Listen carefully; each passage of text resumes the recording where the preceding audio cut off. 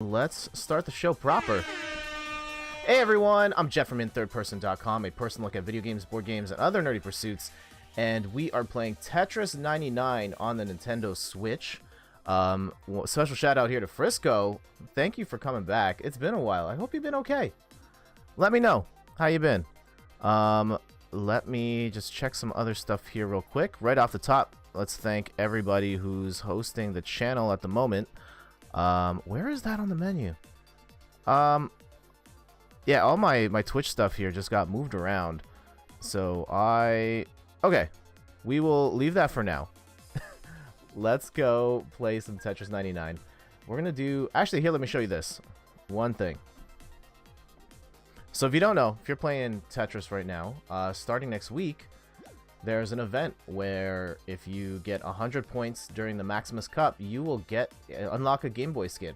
So make sure to do that, because you can now update your skins, and there's going to be a Game Boy one for playing the game. So I will definitely be streaming Maximus Cup this weekend. We can go get that skin and go from there. What about me? Yeah, I've been doing well. It's been a crazy week, a couple of weeks.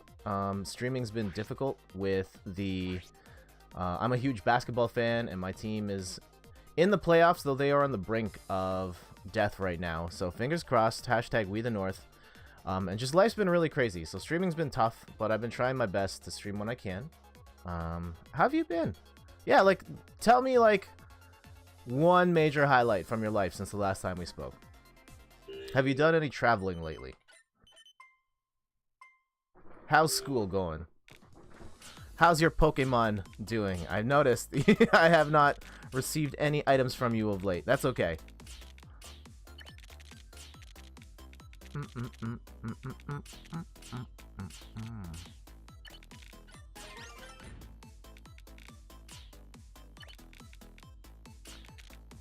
And while you answer that, last night I went to see Detective Pikachu in the theater. Of course, yesterday was opening night. Or no, it wasn't opening night. Thursday was opening night. Friday, I went to go see it with my wife. And this is going to be a no spoiler zone. I'm not going to talk spoilers about... Whoa! You failed 3 out of the 4 exams. Dude! What happened? What happened?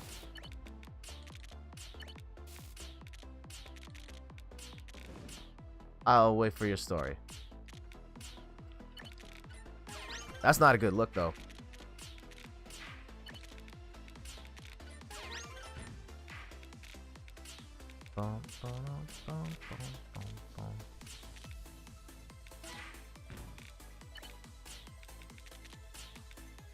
And does that mean you failed 3 out of your 4 courses, or you just did poorly on the test and you get to carry on? I kind of messed up. Uh-oh. Uh-oh. Well, you don't have to get into detail. I don't know what happened. Oh, okay. Well, I will say, school is very important. You do want to do as best you can, because education very much matters.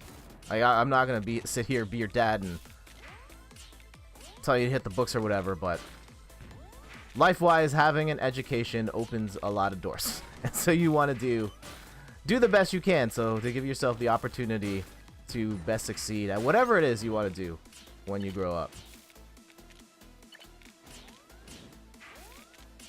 Though yes, I have messed up on some classes in my day. I have 3 exam periods in school a year, and this was the second, so I can fix it. Okay, good. You got time. Step it up for the next one, and you should be okay. I believe in you, Frisco. 3 exam periods in a year. That's interesting, because where I went to school, it was just one. Like, you'd have tests throughout the school year, but you'd have one exam period per semester, and there's 2 semesters per year. So 2 exam periods. I don't know if that makes any difference, 2 exam periods versus 3, but if in your case, I think having the extra time does help. But I need to change my classes for next year. Uh-oh. Is it... What kind of classes are you talking about changing?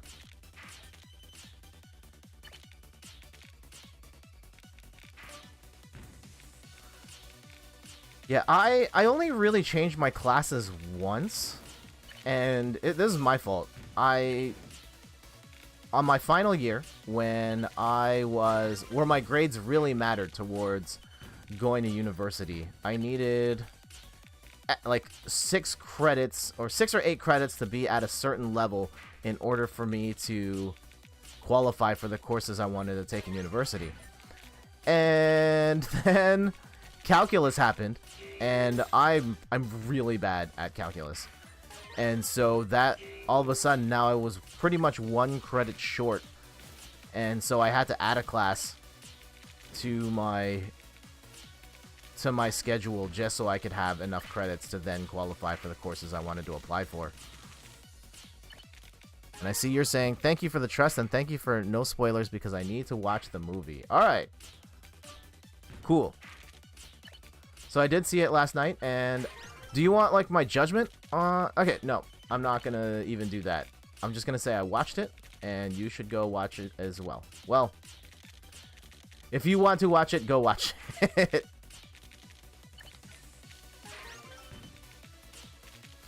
Dun, dun, dun. So yeah, what courses do you need to change? Here in Belgium, you pick 1 main class. I chose electrician, and the rest of the classes are just the basic things like math, history, and that kind of stuff. Ah. Okay. Yeah, for us, like, we have the main stuff, your maths, your English. I guess Belgium would be different. History. And then there would be, like, optional courses, so once per semester I got to choose, like, courses like drama class, and... I picked drama class a lot. Gym was optional. I picked that a lot. Stuff like that. And drama class, in hindsight, was one of the most important classes I took. Now, I did not become a professional actor or anything like that, but I used to be, and to a certain extent, like, at times I can be really introverted and really shy, especially in public groups.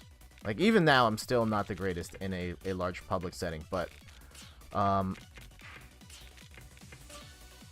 going through drama class and being put on the spot to talk to people and play a role really helped me, just as a person, become more comfortable speaking to other people, and that skill has helped so much in terms of the types of jobs, the industry that I'm in now, and with streaming. Like, being in drama class helps me be comfortable sitting in this camera talking to the world. And I see your messages here. I've been rambling while trying to play Tetris. We're top 10, though. Top 10's pretty good. Let's go get this W. Uh-oh. Uh-oh. This is really bad. I think we can still do it. It's gonna be tough, but...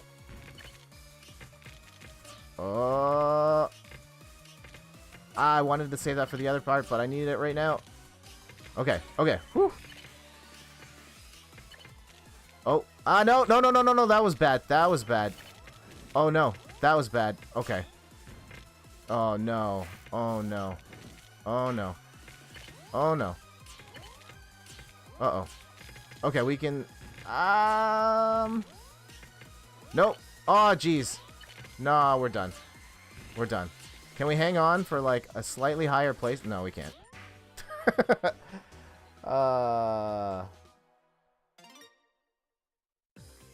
Damn. But I need to change my electrician for next year. I'm going to study in media, entertainment, and communication. Ah, okay. I did a lot of media and communication classes as well. What job do I have right now? I don't talk about work that much here. I'm not really allowed to talk about stuff that happens. I will say I work in the advertising industry.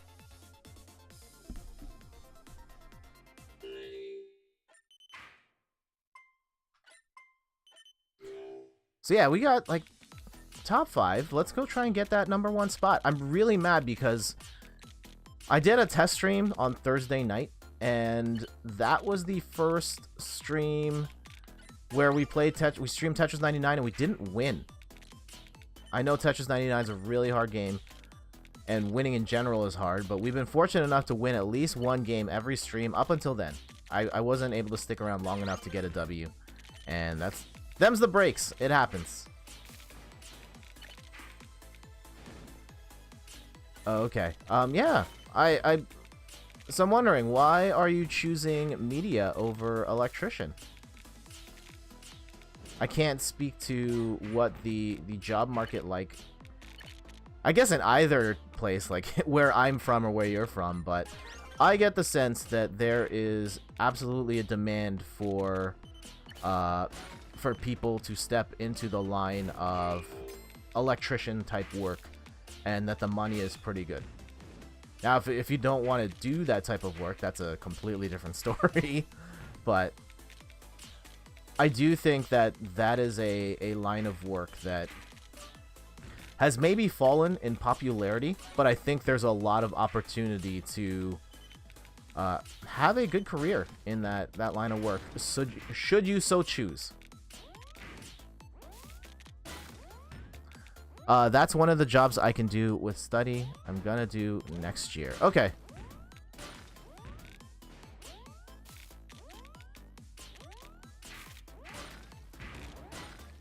Yeah, so that's that. Okay, that was a really bad drop. I like making illustrations on the computer, and I like being around people. Okay, cool. Definitely follow your heart. I was actually going to talk about, like, a maybe less follow your heart type of story. But I think this is actually really interesting. And I think I don't want to bring your hopes down or anything like that. But I thought this is an interesting story from my part of the world. So I remember watching a documentary about 10 years ago about my generation of students and the struggles they were having on finding a job in my particular province. And one of the interesting facts they brought up is that on average 10,000 students graduate from teachers college and are qualified to be a teacher. It's just great. The problem is, on average, only 4,000 teachers leave the profession every year, which means every single year there's a crop of 6,000 qualified students who can't get a job in their field that they studied for just because there's no spots.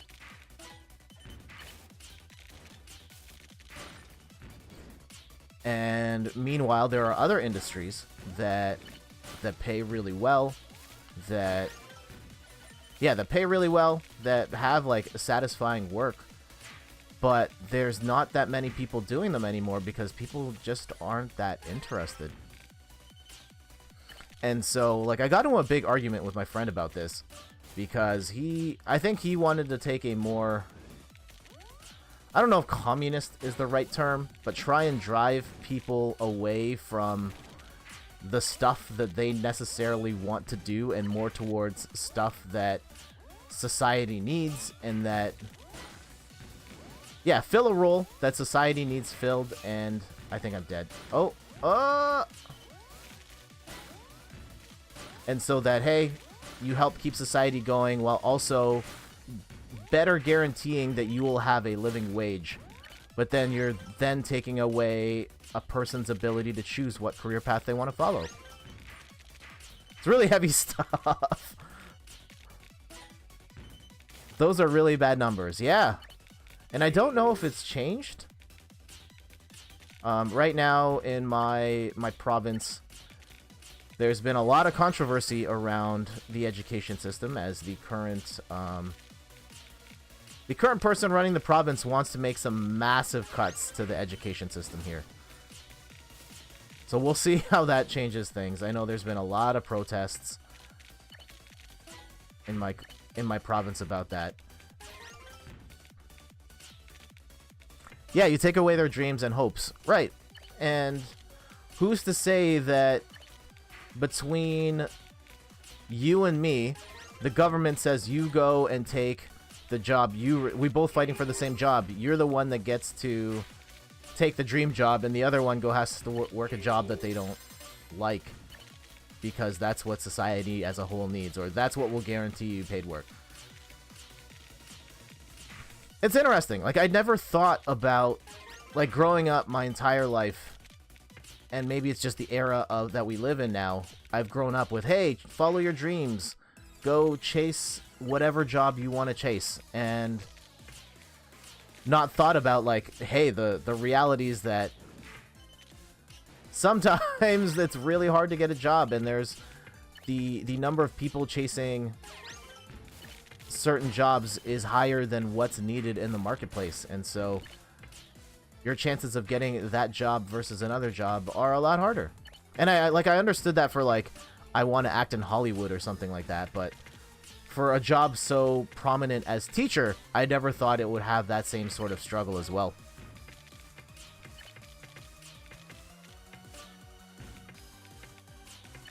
Also, no, we're in 6th place right now.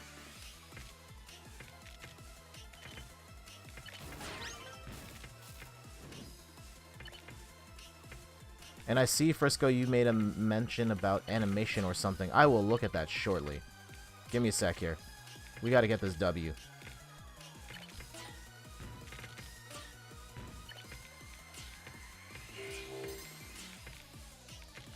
Ah, no!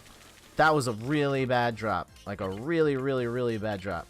We can fix it, but... Okay. Top 5. Let's go. Top 4. Uh-oh, that's really gonna hurt. Like, really, really, really gonna hurt. Ah, no. That probably is going to do us in. Oh, we can do this, we can do this. Ah, no. Oh, man. Okay. Okay, we can do this. We can do this. Can I just... Can we... no. No, we're done. We're done. Oh, wait. Can we... Oh, man.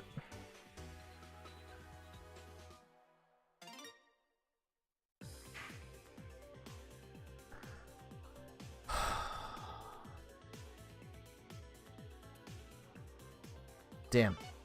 Okay. Alright, we'll run it back. I think this next one... We've been moving up. We're trending upwards.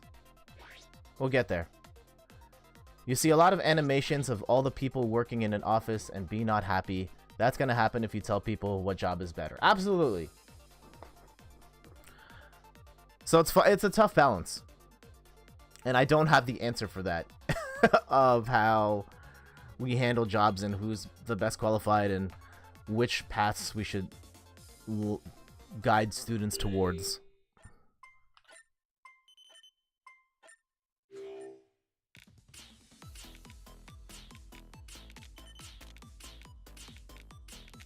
But yeah, I hope you find, like, whatever you end up doing, I hope you find the path that's right for you. And the one, I guess, piece of advice I would provide, and not trying, again, not trying to be like dad figure here or anything, but, or maybe Big Brother. Big Brother's kind of cool. I know you're gonna go through a lot of existential crises of, like, what do I want to be when I grow up? And the one thing I can say is that what you want to be when you grow up will continue to change. Even when you have a job, you never know where you're going to end up, and you kind of roll with it as best you can. And I can speak from personal experience. I used to work in the radio broadcasting industry. I wanted to be an on-air radio announcer, and I was for a little bit. For a couple of months, I worked overnight at a country radio station, and I also did promotions work and some other small jobs at the radio station. And then, due to financial cuts, I lost my job, and I was never able to get another on-air job again. I worked at a promotion, like on a street team for a radio station, so I'd go to events, give away t-shirts. Dance on stage if needed. That happened at least once. And I could have stayed in the radio industry in that particular department, but it wasn't what I wanted to do. So I decided to change course and change my career path, and that's how I got into the line of work I'm in now. And even so, I am open to exploring other avenues within or outside of my industry if the opportunity's right. Actually, let me tell you, my mom has been an accountant for pretty much longer than I've been alive. And recently she started her own business selling, making and distributing raw dog food. And now she's making a ton of money doing that on the side of her work, and maybe someday she's able to grow the business enough where that can be her full-time job. And like my mom is no spring chicken. She is, love you mom, happy Mother's Day. But she's been a working professional for decades now, and even for her, she is still trying to navigate her way through what she wants to be when she grows up.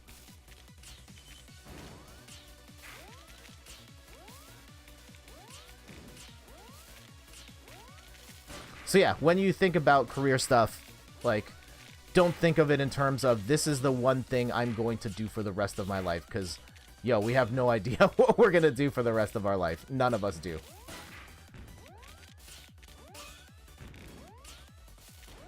Also, yeah, we're dead. Damn. Those are really interesting job stories. Yeah. Being an adult is really interesting. I think there are a lot of things about adulthood when I was growing up. I think the big thing about being an adult that I did not realize growing up was that I thought that once you grew up, you either developed enough knowledge or something just snapped, where you just thought like, oh, okay, I'm an adult now. I know how to solve all of these situations. I know best. I'm going to figure it out. Nah, that's not true at all. You are just kind of working your way through life as best you can, and you just got older. You have a little more knowledge, but you don't necessarily flip a switch and are like, I've got this all figured out. No, not at all.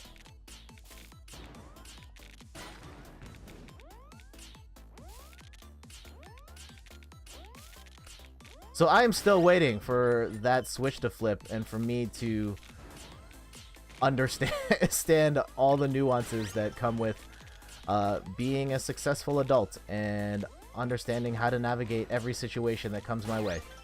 Nope, still not there yet. I just kind of go with what feels good at the time. And we might lose really quickly here. Okay, we're going to try our best to sneak out. There we go.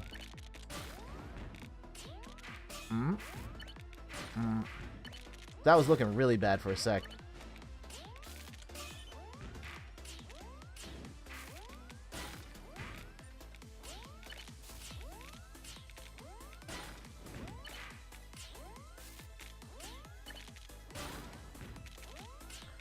Okay.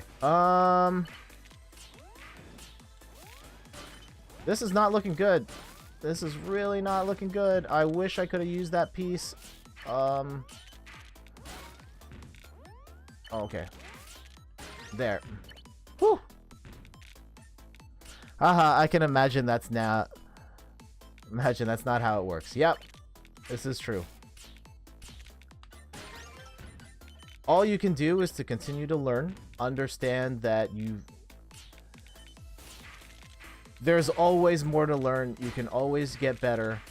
You're never going to know everything, but it is in your best interest to know as much as you can about everything, really.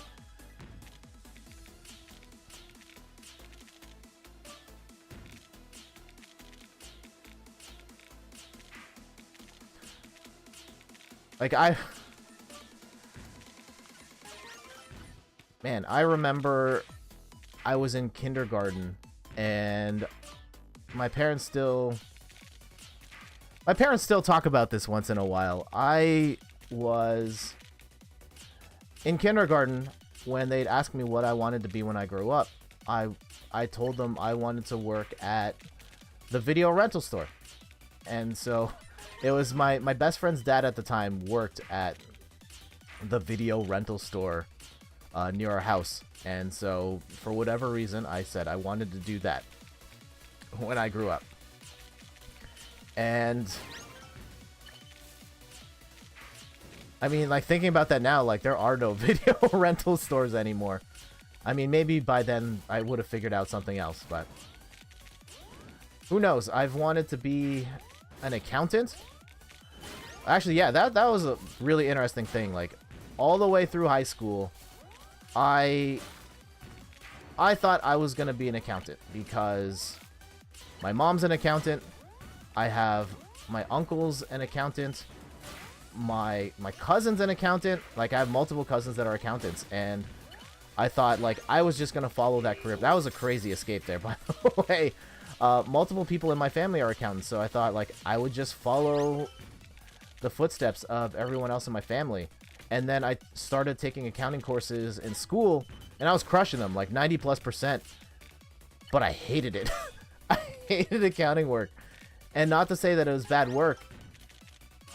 It's just, I realized that that type of work is not what I wanted to do for the rest of my life. And I didn't realize this until really late in my high school career. And I went through a big existential crisis of like, oh my goodness, I have to fill out these forms and make some really big decisions about my future, and I don't know what I want to do. My game plan's been completely shot. That's true. Everybody buys their games online. Yeah, their games, their movies, no music.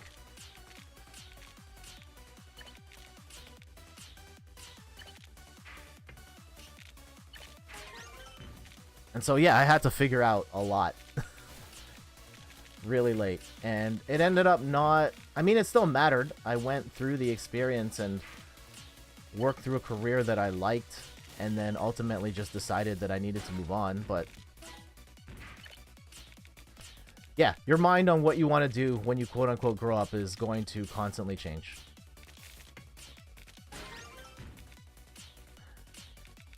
All you can do is prepare yourself with as much knowledge and skill as you can.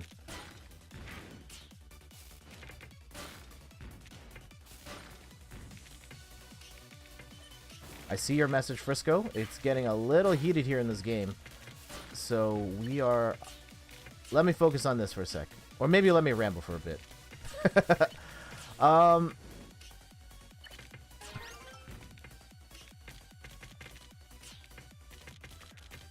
Oh, come on, come on. Okay, that's just gonna stay there. For everyone else just tuning in, I'm Jet from inthirdperson.com, a personal look at video games, board games, other nerdy pursuits. We're playing Tetris 99. Right now, just kind of battling in the main mode, the main, classic online mode. I do have the Big Block DLC. Let me know if you guys want to see that.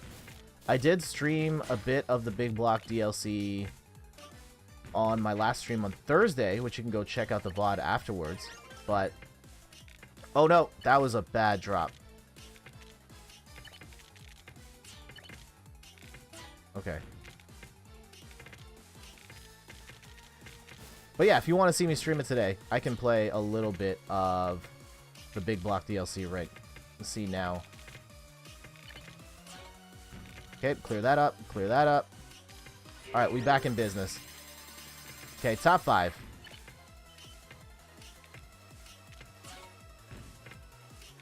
Top 5, let's go!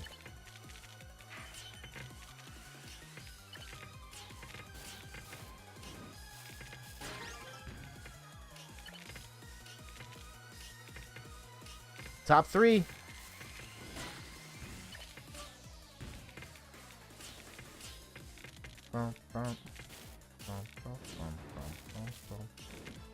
Oh no! Okay, whew! Glad that squeaked through. Top 2. Let's go get that W, guys.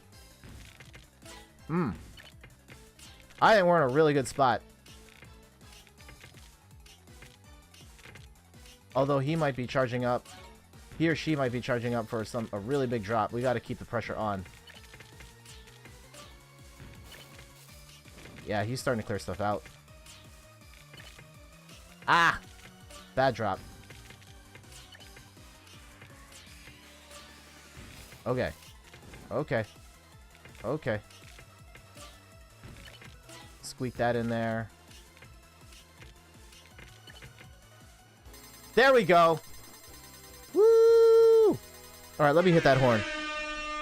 Yeah, buddy. Get our dancing shoes on. Finally got a W. First one of today. Awesome.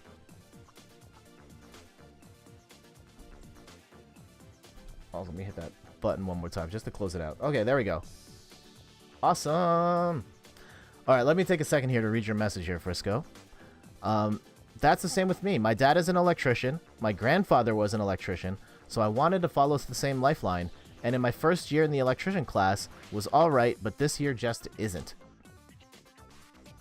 That should be fun. Let's go, GG. Thank you. Could have done it without you, Frisco.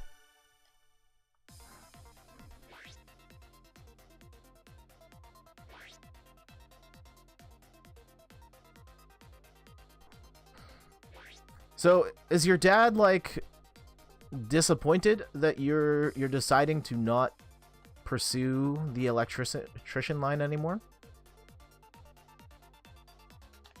I know my dad definitely disagreed with my career choice.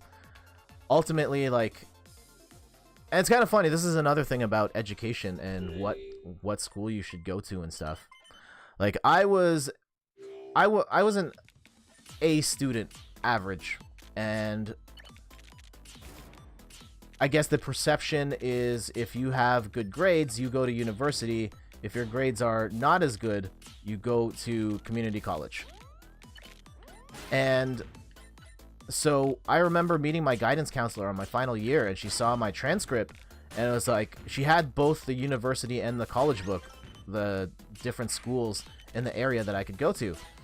And she saw my grades, and she actually threw the college book in the garbage, like, oh, you don't need this, and just focused on university courses. And I was like, okay, fine. I have the grades, and all my life I'd kind of prepared myself to go to university. And so we were doing like all the prep to choose which universities to apply for, and the college stuff was also floating around for the students that were interested in applying for college. And I said, you know what, just in case all of these don't work out, I'm going to apply to a couple of college courses. And so I applied to a couple of like media related courses, like journalism and radio broadcasting, and a couple other ones. I'd started getting interested in journalism and media, and so I applied to a couple of those for college applications. And one of the colleges that I applied to had like an interview process. You took a test. They had like the instructors come in and talk during this orientation period. And I fell in love with the idea of going to that particular school. And the big difference for me was, one, it was a field that I was interested in pursuing a career in, which was radio broadcasting. And two, they really stressed the point, and I know colleges here do that now, is that unlike universities, which really give you, they're more about teaching specific, like giving you knowledge in certain fields.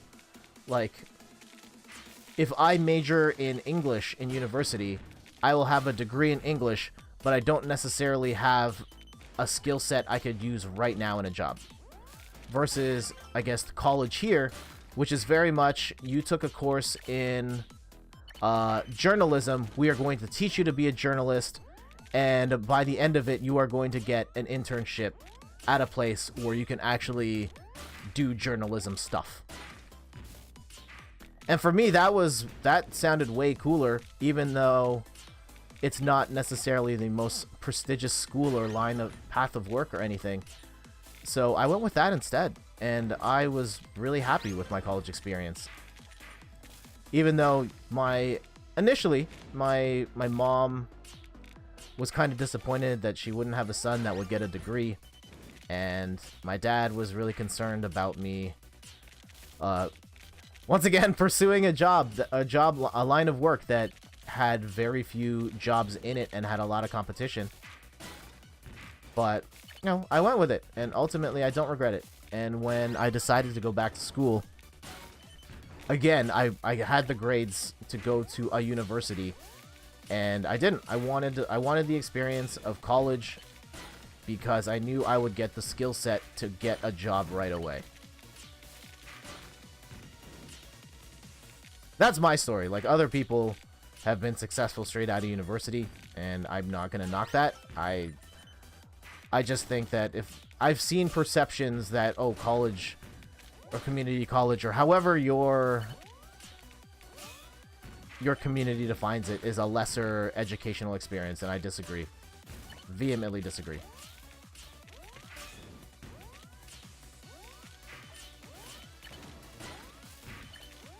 Oh, geez, that was a really bad drop. And what are you saying here? No, he isn't actually really happy that I've... Hold on. He isn't... He is actually really happy that I found a class that's going to be something for me. Because my dad was the first person that told me that media and communication class is going to be good for me. Oh, sweet! That's really great to hear that you have the support of your family in pursuing what you want to pursue. Let me get some water here.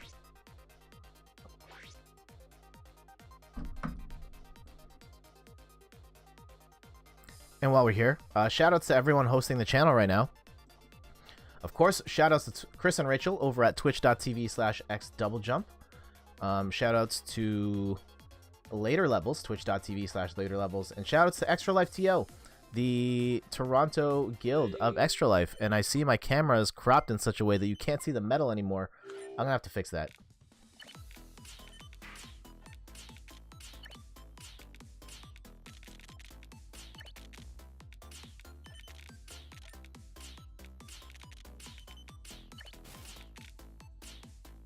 Now, maybe some game talk. Okay, what are you playing?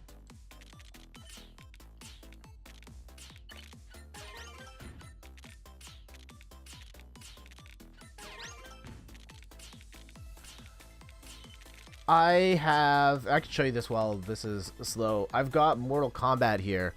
I've barely played it.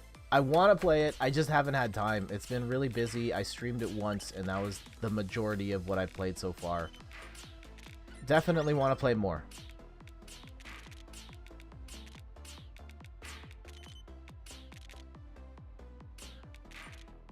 I'm so done with fight and shoot games that I started playing Overwatch. Okay. Oh, Overcooked. Overcooked is great. That is a really fun game to play with family and friends.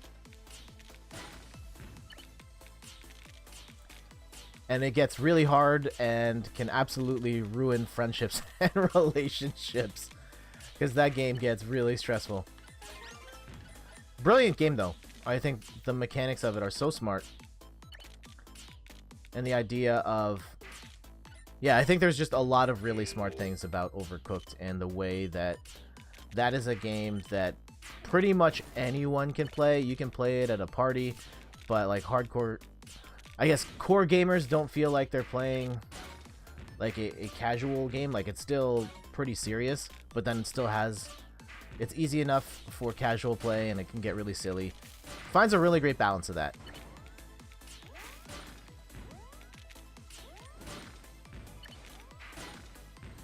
Who are you playing Overcooked with?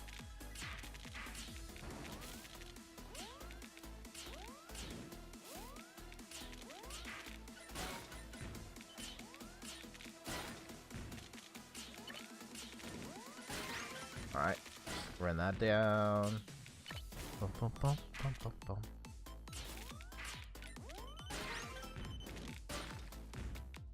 Boop, boop, boop, boop, boop, boop, boop, boop.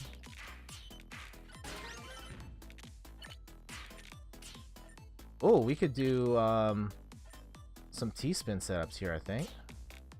I think I messed it up, though. Yeah, no, that's not gonna work. That's not gonna work. Damn it. Okay. That might work, though. Nope. Nope, it's not gonna work. That'll work, but we're about to get buried here, so let's clear that up. Here we go. Can we get a T-spin double here? T-spin double. Yes!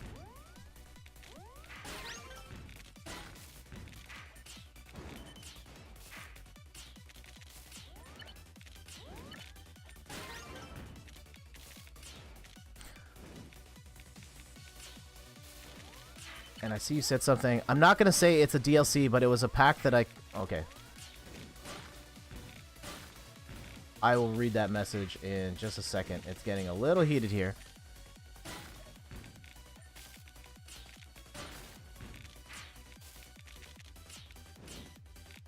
Alright.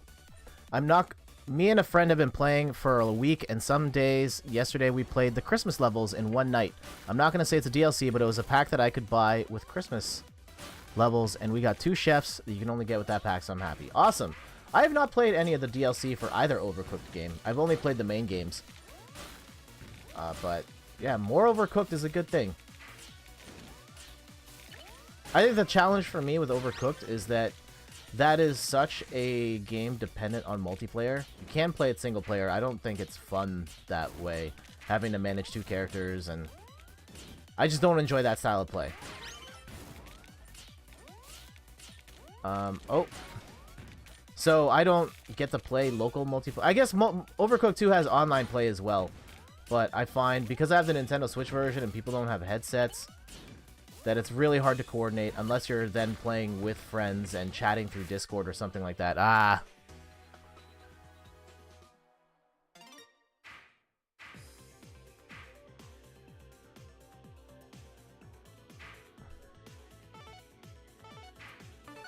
Alright, I need to adjust my camera, or I need to recrop it, because it's not showing all the other cool stuff in the room. Yeah, let's see how that looks like here. Okay, so you get like you get a bunch of stuff. You don't get everything though. Alright. We'll play around with that later.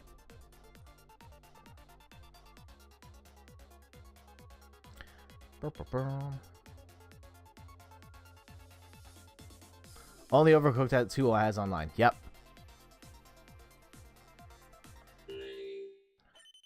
3, 2, 1.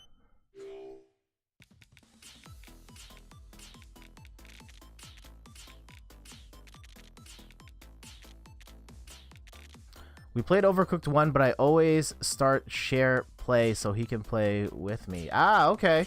That's a really clever way of getting online multiplayer for that game. I know I mean, I can't speak to the online experience for you, and you're going to be closer by with your friend, but share play does introduce some lag, but it's better than nothing.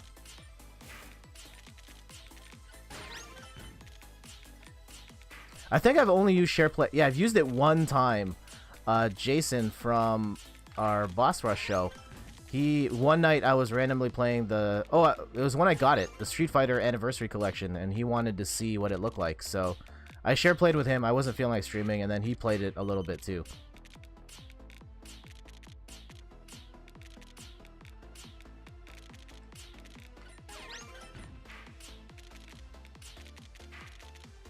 Here's another game question for you. I think the last time we spoke was, I think it was before. What? It was still 2018. I think it was still 2018. And my question for you was, what was your game of the year last year? And I guess I'll throw this question out to everybody else watching as well. What was your game of the year 2018? And by the way, are you going to stream your Mortal Kombat 11 gameplay? At some point, yes. I did do a stream the other night of me playing the first 3 chapters of story mode, but I do want to play online and play the other modes as well and stream that. It's just been really busy, man. And I'm also in the middle of a Paper Mario Let's Play, so this is the first week I haven't been able to play Paper Mario either. And so once Once things start to clear up, I will get back to Mortal Kombat.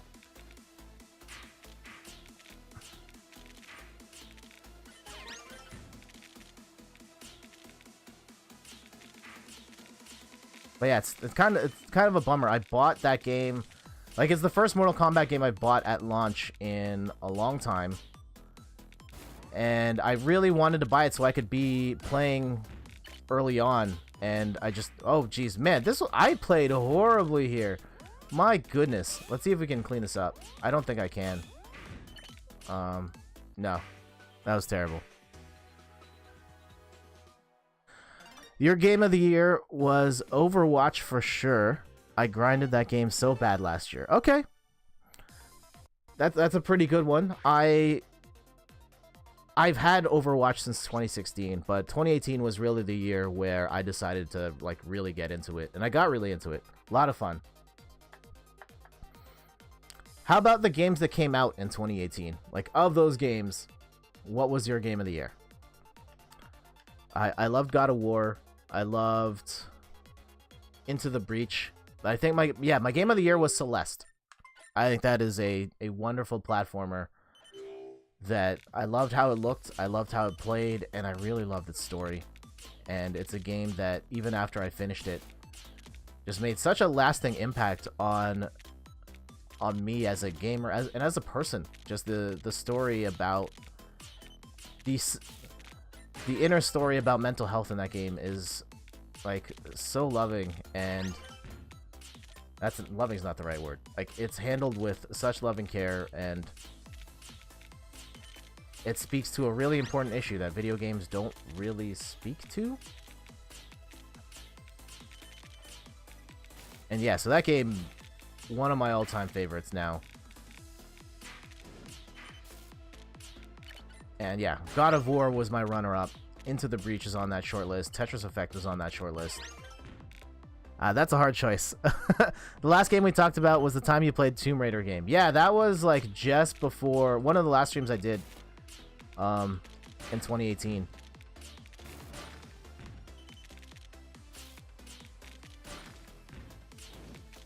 Okay, oh, you have time to think about... Oh, geez. Time to think about it. But if you don't have a choice, that's okay.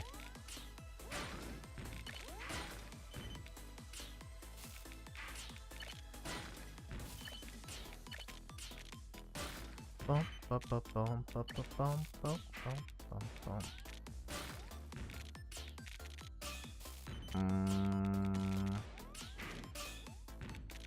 Okay, we're gonna do that just to cool... I know I should have saved the line for when we did this, but...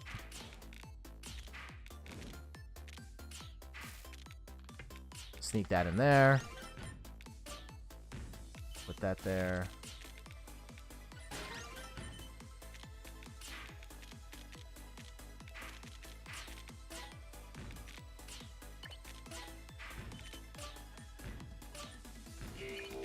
There we go, got one KO.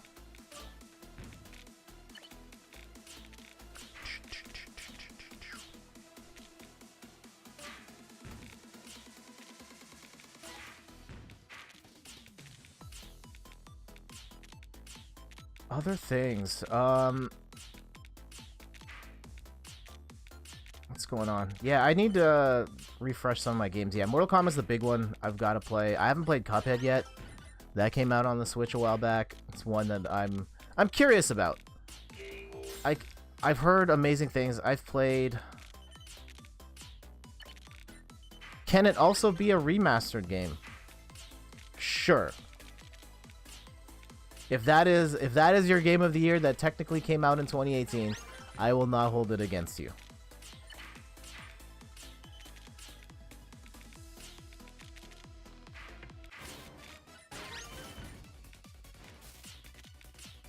I wonder what remaster it could possibly be. Very curious. I got the drum roll going. I would have the drum roll going if I had my hands free. Also, actually, no, I wouldn't do that because that's going to sound horrible on your on the microphone. Imaginary drum roll for what your pick for Game of the Year is. Game of the Year 2018.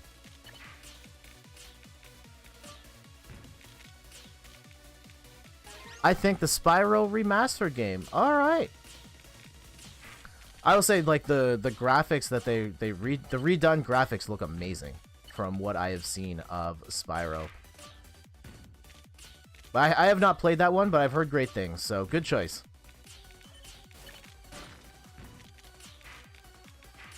Dun, dun, dun, dun.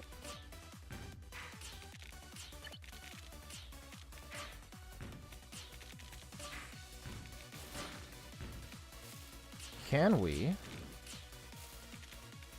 Ah, hold on. If we do that. Oh, no, that's not going to do anything. That's not going to do anything. Yeah, no. I thought I was going to get a T-spin in there. Nah.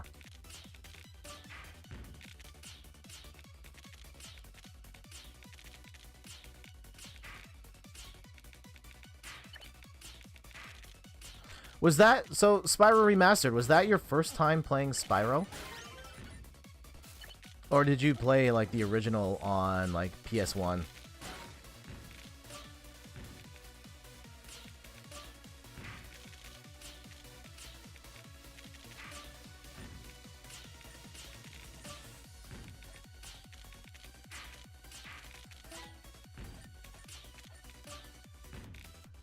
No, okay. Cool, first time. That's awesome that you were able to enjoy that game, and it wasn't nostalgia that drew you in. It was just the fact that, hey, this game is still good. So yeah, that's totally worthy of Game of the Year.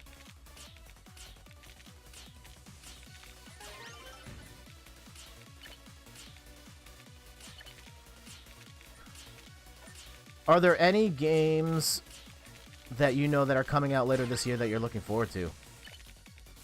I'm gonna have to look at that list. I know there's a bunch of Nintendo stuff. The new Fire Emblem game, the new Pokemon game. I think Luigi's Mansion is... Nintendo got really weird on Luigi's Mansion. Looking forward to that. Samurai Showdown I'm looking forward to as well. I've never played the original one. Okay.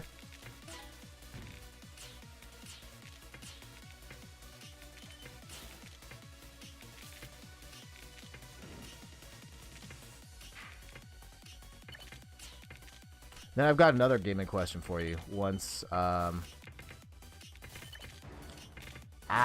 this is not looking good. Okay, can we get...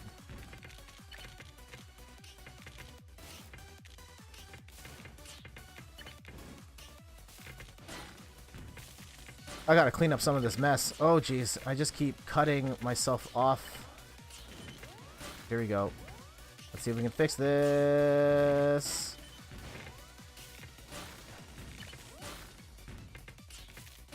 Okay. Whew. Whoa, Frisco, thank you for hosting. I appreciate that. I need to change that font color, by the way. Okay, I will fix that shortly. But yeah, man, thank you so much for the support. Oh, geez. Oh, no, that was another really bad drop. Oh, come on, we're top 10. Ah. Oh, we're so done. Damn. Damn. Okay, let me make a quick fix here in Streamlabs to fix that text color.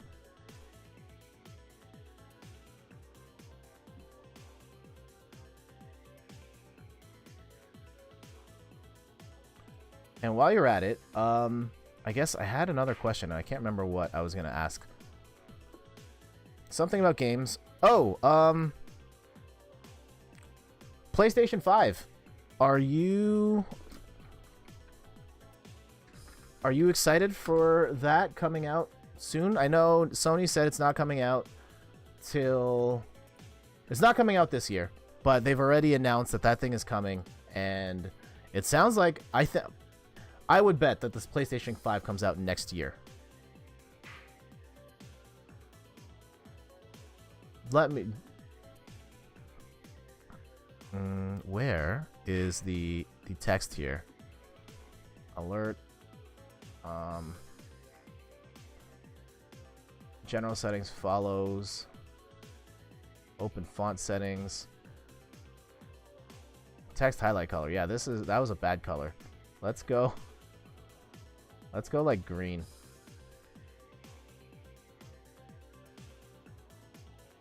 Here. I don't... Oh. Can I copy that? Save.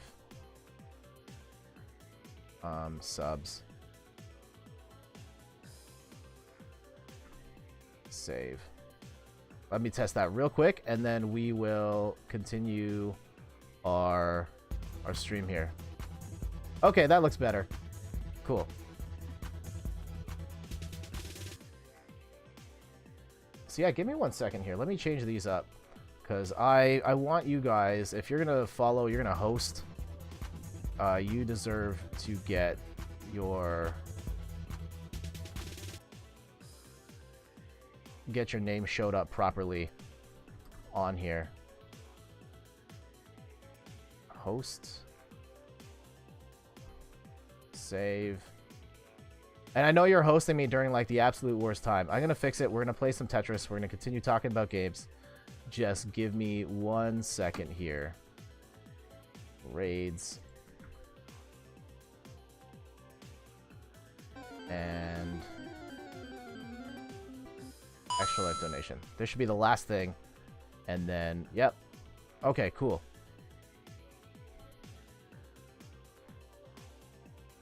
All right, back to it.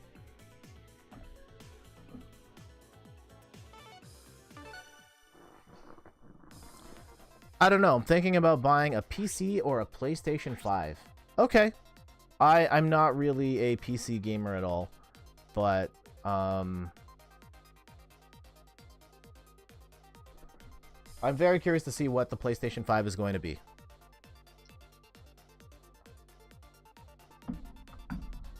Based on what we've heard, it sounds pretty beefy, but I'm also concerned about the price. I really hope we're not talking like launch Xbox One X prices here.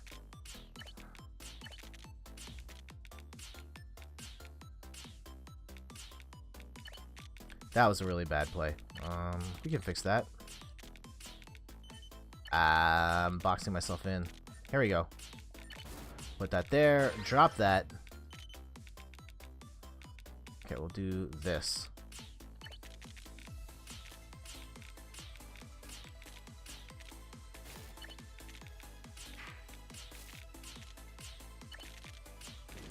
I'm also very curious to see what the next Microsoft system is. I know the Xbox One did not have a particularly strong generation in terms of sales, and their game lineup was underwhelming, but I think they've done some really interesting stuff with hardware. The Xbox One X being with that mid-cycle refresh and being a much more powerful machine helps. The Xbox Game Pass seems to be doing really well and an interesting offering going forward. Like having all first-party games be included as part of that service is really interesting. Granted, I thought Xbox's first-party lineup was really disappointing this generation. Like, maybe the most disappointing part of this generation for me was Xbox's first-party game lineup. But I hope they tighten that stuff up going forward. It's gonna be around euros, 300 to 600 euro. Oof. That's a lot, man.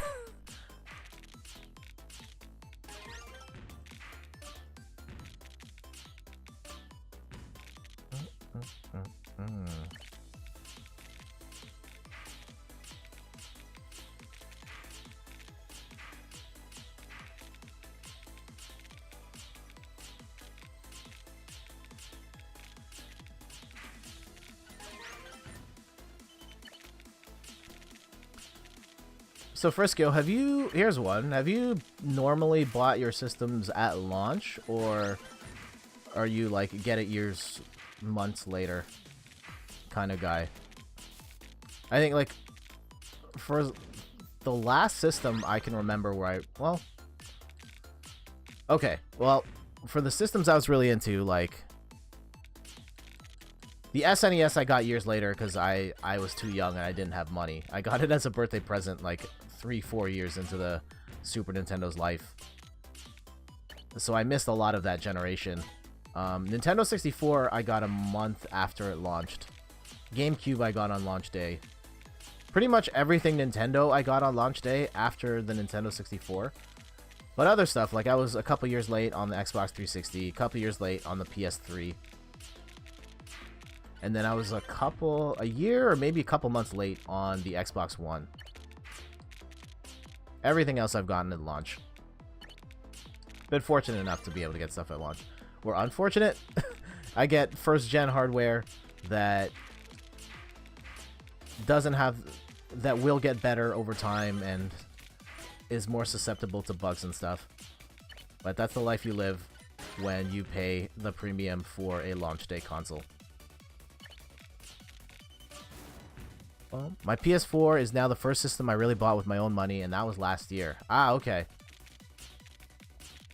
Man, I look back at when I had my own money. I love this story. My very first job, I worked as a stock boy at a pharmacy, and I remember that paycheck. It was $320. I put it in my account because I got a physical check. I put it in my account, and I went to the mall right after. And after the end of that trip to the mall, I had $20 left. I just went bawling. Just like not having money for so long and then having my own money, and $300 seems like $1 million. And that was awesome. And I did buy video game stuff. I bought some Christmas presents. I bought a bunch of stuff for myself.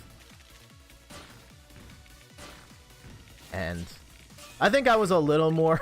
I grew up and got a little more smarter with my money. Though I've definitely made some bigger ticket purchases that ended up being mistakes. Uh-oh. This is falling apart really fast. Damn.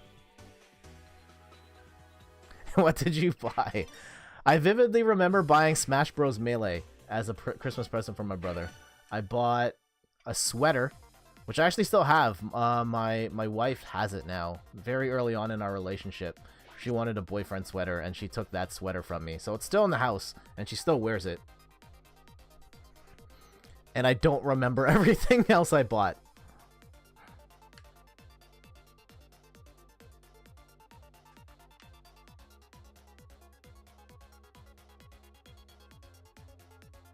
Dun, dun, dun, dun, dun.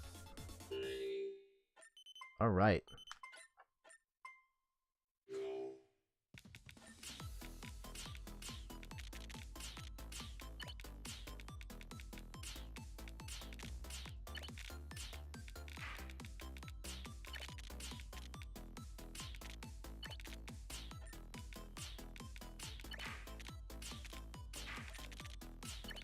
I think one of the most frivolous things I've bought, and not to say that this is a ridiculous item, because I mean, it changed computing. On the day it came out, I bought an iPad, and I didn't really end up using it all that much. Like, really, it was just a bigger iPhone and like the first gen iPad didn't have the camera on it or anything like that, and I just didn't really have a place for it in my life. I know there are a lot of people who swear by the iPad and love its form factor and the bigger screen, so when you're hanging out at the house, it's nice. But I just never used it. I liked using the phone instead, so that was a good $600 to $700 on a whim I just spent that didn't really go to great use.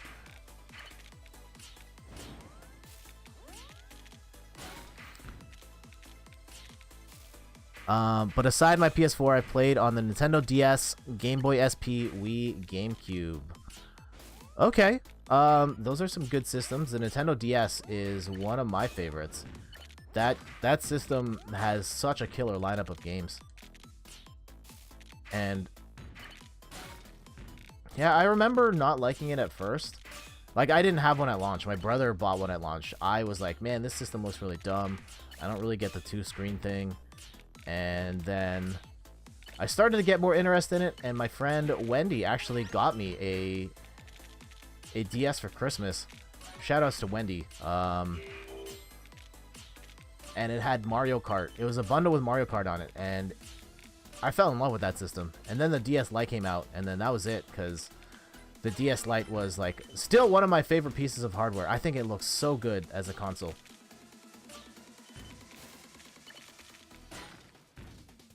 Okay, we've got some good T-spins set up scenarios here, I think. No, we don't. I thought we had it. Okay. I have to get better at spotting that.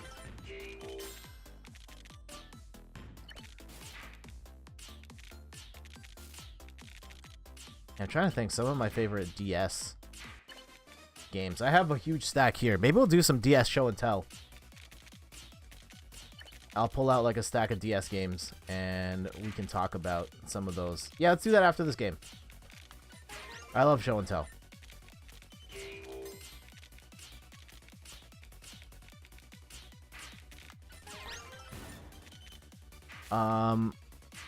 Yeah, Game Boy, the Game Boy SP. I love the GBA SP. I remember buying the Game Boy Advance on launch. I bought it with Tony Hawk, and I thought, man, this is so cool. It's like having a Super Nintendo in my hands.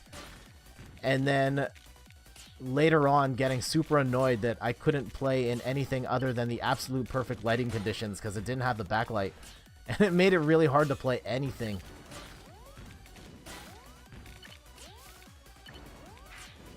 Uh-oh. Uh-oh. Oh, geez. That was not... Okay.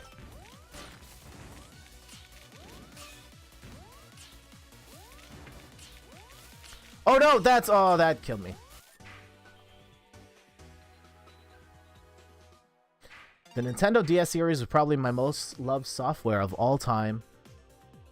That's just my childhood. Okay, I get it. That's my whole childhood.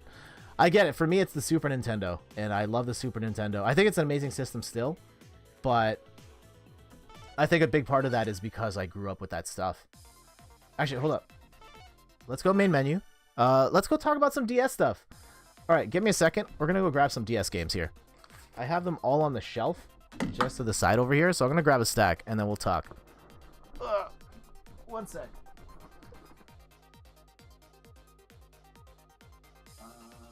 Yes.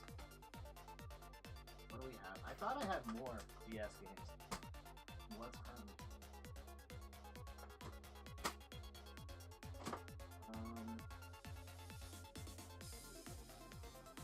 Okay, there's a couple more here. Sorry, reaching out, trying to get these games. That's a 3DS. That doesn't count. That's not too bad right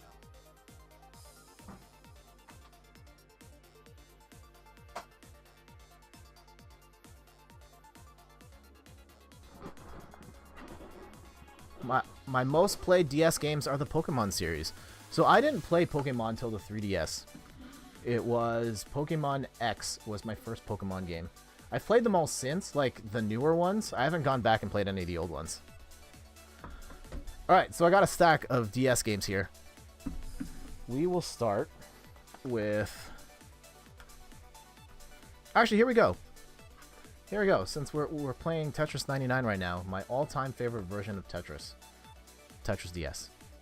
It is a fantastic Tetris game. It's got a lot of Nintendo-themed skins and music, and it's got online play. I don't know if... I think the servers are shut down now, but I played a ton of online play. Thousands of matches.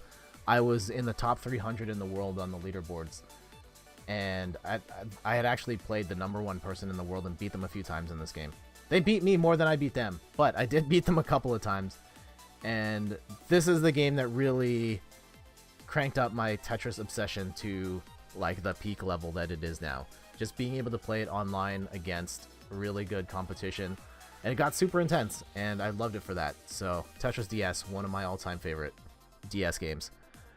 You're saying, I've never played Tetris on the DS. This is a fantastic one. Although I think it's kind of rare now because this got out of print fairly early on. Nintendo lost the license to it. So I think this one is sold at a premium if you're looking for it after the fact. It is one of the best, if not the best Tetris game though. This one made waves at the time. This is New Super Mario Bros. I think in hindsight, it is just an okay. It is an okay Super Mario game, but it was the first time in a while that the Mario series went back to 2D. And it actually was genuinely new at the time. Now they've made so many of these 2D games, it's not really new anymore. But I remember enjoying this one okay. Oh, here we go. This is a deep cut. I love talking about this game.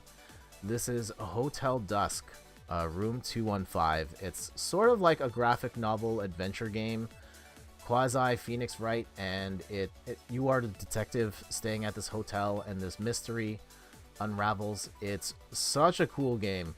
So much style. It has this really interesting art style. You play it book style, so like you're playing Brain Age. I think that's how it was. Yeah, because it had the vertical screens.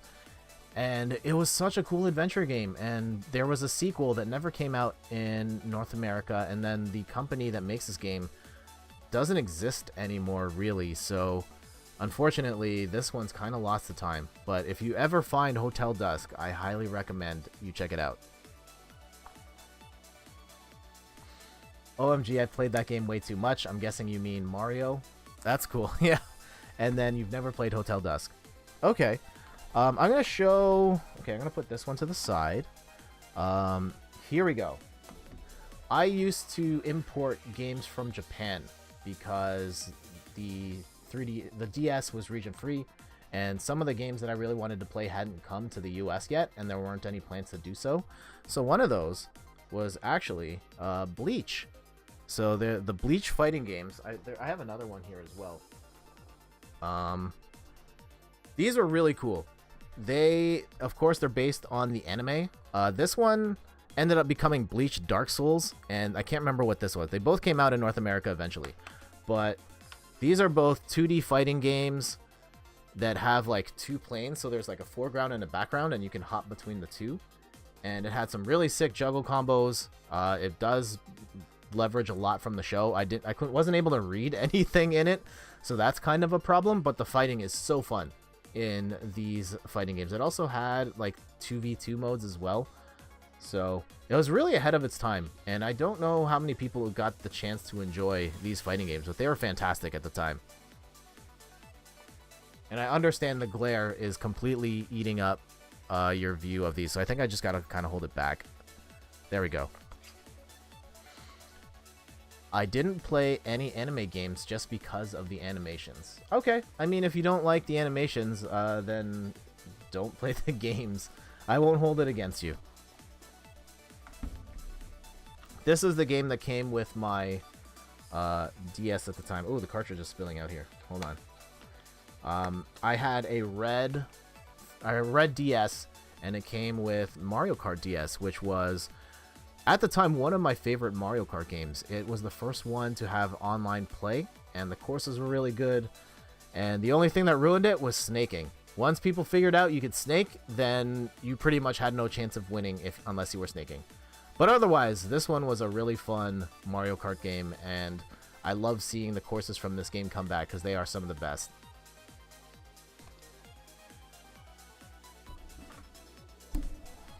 What other stuff? Ooh, here's another one. This is another deep cut from Japan. I don't think this ever came out here in North America.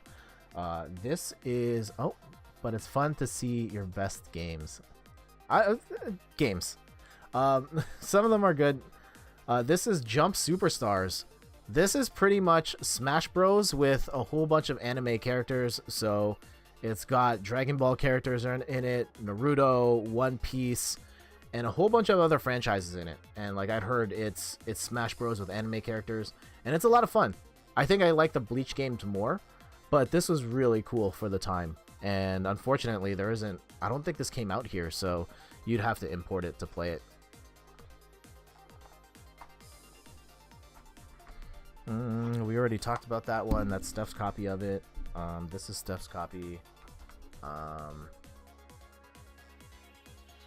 Alright, before cell phone games became popular, Clubhouse games was really cool.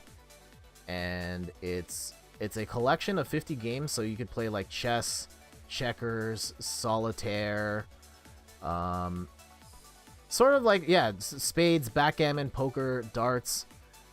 Like, I know these are like really traditional games, but like there was no other way to play these games at the time. So to be able to buy one package that had all of those games, and they're all pretty fun, was really revolutionary at the time. And I remember in particular my mom, she had her own DS. She borrowed this one all the time, and she probably played it more than my brother and I. But this one was really cool for the time. Nowadays, you can get all these games for free on your phone. But it was a different time back then. So Clubhouse games is really cool for what it was.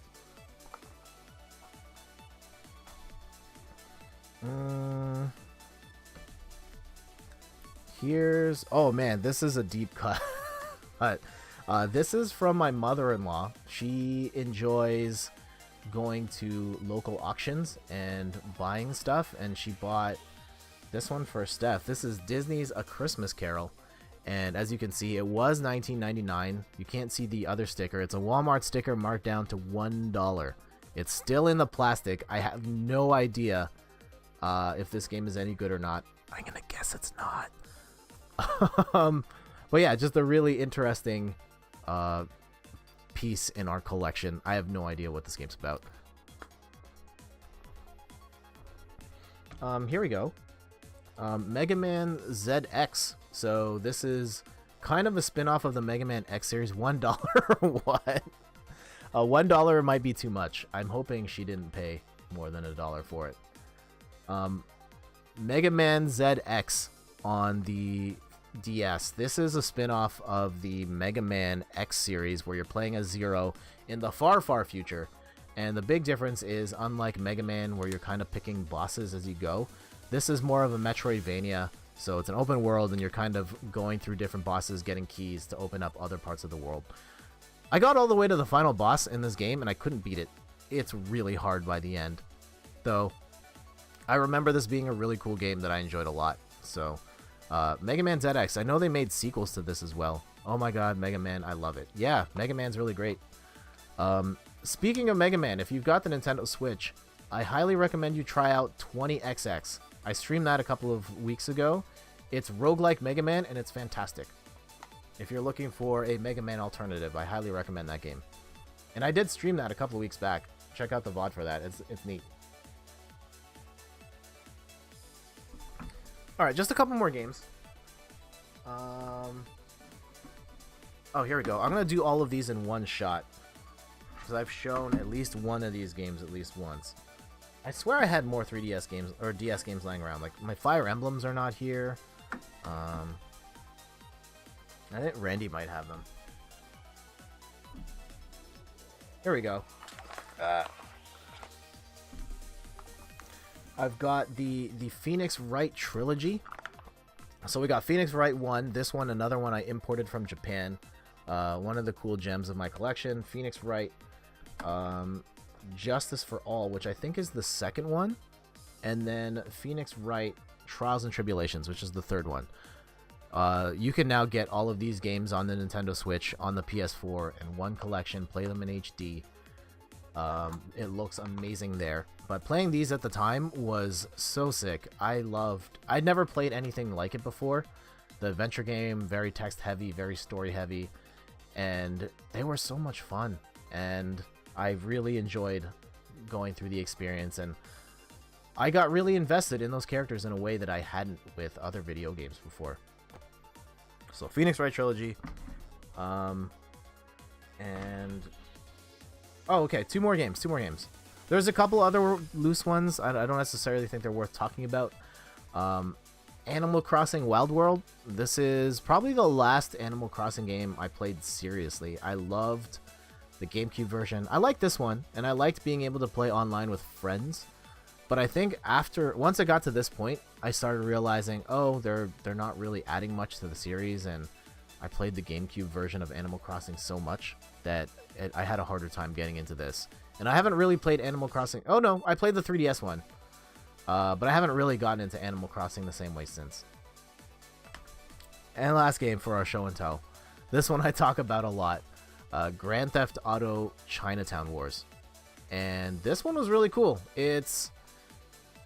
yeah, I thought is the overhead action game, like kind of like the very old Grand Theft Auto games, but it's got like a really great story, and it has a very interesting mini game that involves illegal substances that isn't in any of the other Grand Theft Auto games, and I will leave it at that.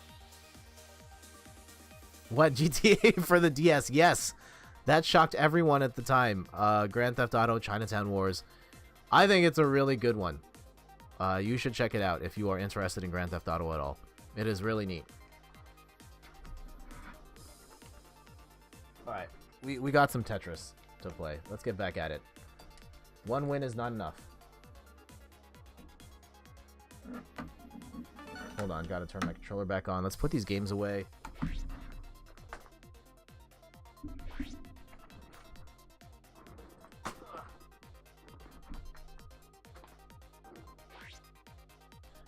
And change his camera up. And then we'll get back at it.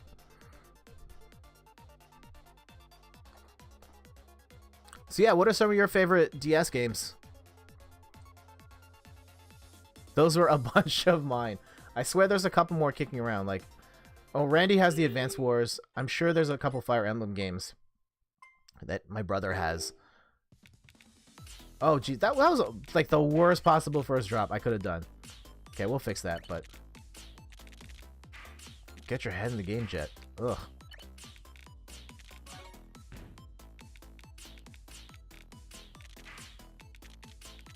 Okay, now we're back. Ooh, we got some T-spins. The most I can get is a T-spin double out of that. Okay. Here we go. Let's go. Get it.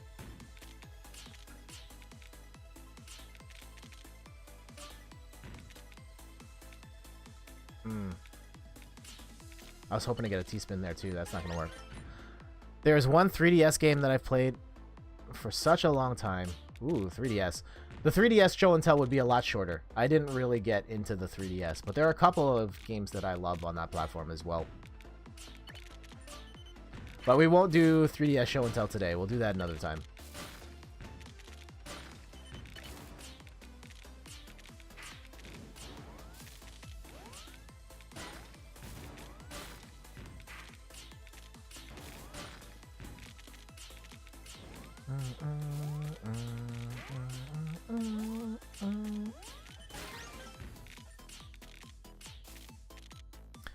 Combat of Giants Dinosaurs 3D. I have never heard of that game. No idea. Tell me more. Tell me more.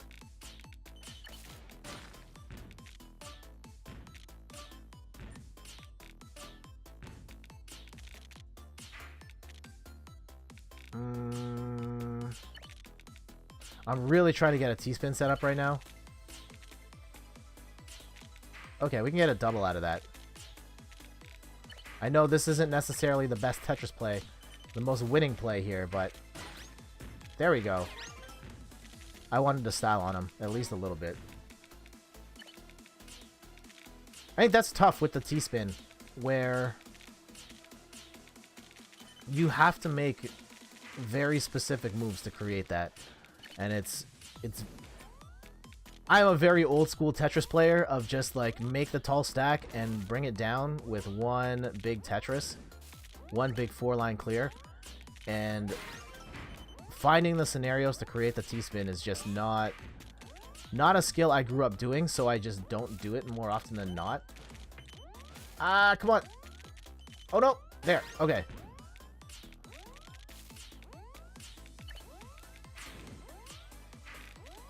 Oh man, this is not a good look.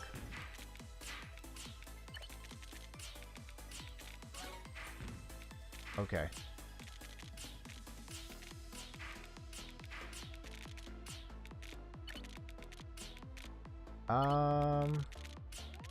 There.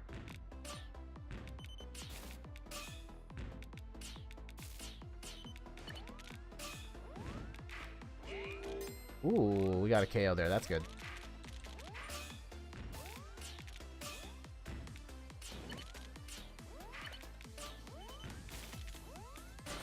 Sorry, my connection was gone for a few minutes. No worries. You were talking about Combat of Giants, Dinosaurs game. I'm very curious to hear more about it. I've never heard of that game before.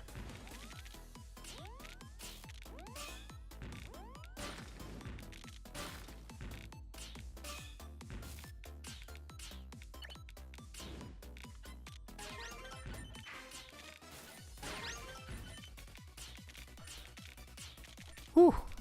Let's go. Oh, man.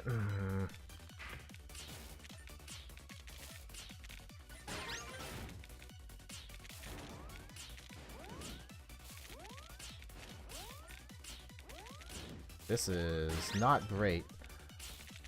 Okay. I'm really fearful for that really tall stack. I'm gonna throw that here. I know I could have done a cleaner move, but I wanted to keep the verticality low.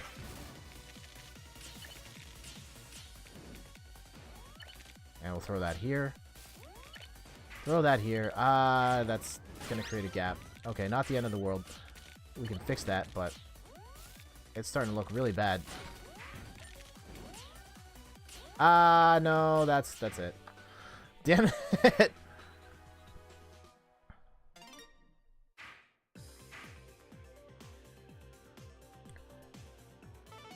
Poor performance. I want to get at least like one more win before we shut it down. We're gonna play for like half an hour or more, and then we'll keep it going. If you're just tuning in, I'm Jeff from InThirdPerson.com, a personal look at video games, board games, other nerdy pursuits. We just had 3DS or Nintendo DS show and tell.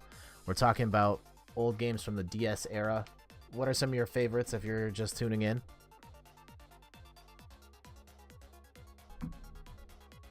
Oh, Frisco, there's another thing. I don't think you've seen. Oh, okay. After this game. I've shown it on stream a couple times, but it's on the floor right now, so I could more conveniently show you what I have. And I've also played it recently, so we can talk about it a little bit on stream.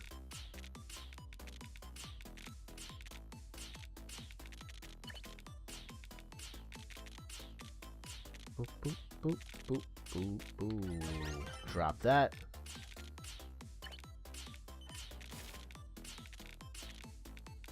I don't know if I like that. I probably should have taken the immediate, Okay, nope, we're fine. We're fine. Everything's fine.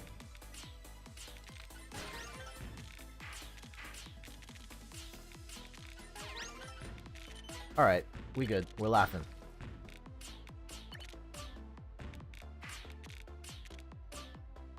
Da, da, da, da, da, da, da.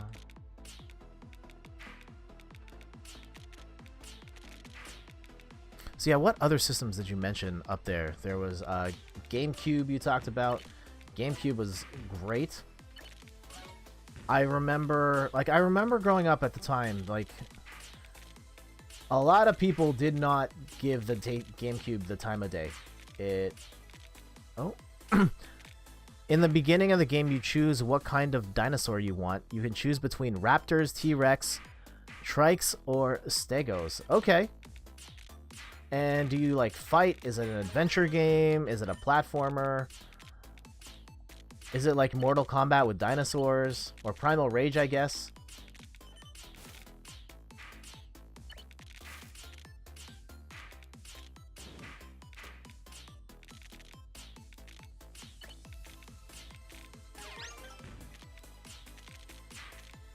Okay, let's go take that drop just to make us a little safer going forward. I know we created some weird gaps, but we can fix that. I think that's one of the toughest things to do in Tetris is how to manage gaps, because inevitably you're going to have to make gaps, and knowing which ones to make at what time can make a really big difference in how you manage the rest of your board. This is gonna hurt. Okay, I gotta... Oh, dude. Okay, this is not good. This is not good. And we're only gonna make top 50? That sucks. Okay. Oh wait, can we squeeze out of this? Oh please. Oh please.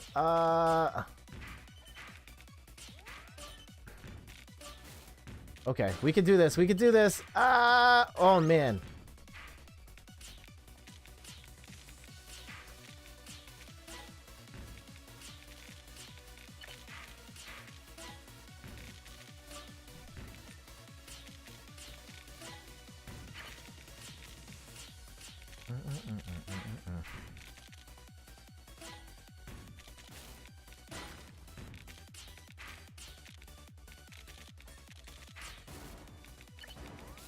Uh-oh. We created some... Okay, we can fix that, but... That was really weird. After that, you need to defeat all 4 world parts. Every part has another dino kind, and at the end of every... And you need to defeat the king of that kind of dino. Okay.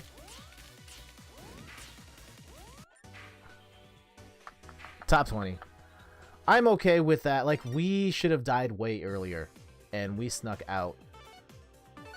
I think we did a pretty good job of sneaking out of that one situation, so I'll take it.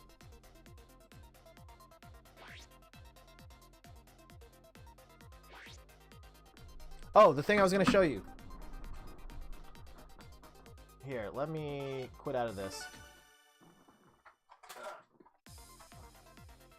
And show everybody else on stream. And I do need to stream this at some point as well. The list of stuff I have to do. So long. I got a PlayStation Classic. I got one. It was on sale for $30 at Best Buy, which is dirt cheap. It was $130 when it came out here in Canada, and it was only 30 bucks. And I'm going to say, even at $30, I still feel kind of disappointed in it. One of the things about this system, like, I think the model looks great. I think it's really interesting that when you hit the open button, it actually has the error message that would happen when you tried to open up the console while it was playing games, which is a really... I assume the Raptor class always seems really good at first, that shows its belly at the end. Hey, fake Ghost Pirate Robot. And man, that Raptors game... Game 6 was such a disappointment. I don't understand why they can't just close these games out. They are so bad in Game 6. We've got one more shot. I believe we've got home court advantage.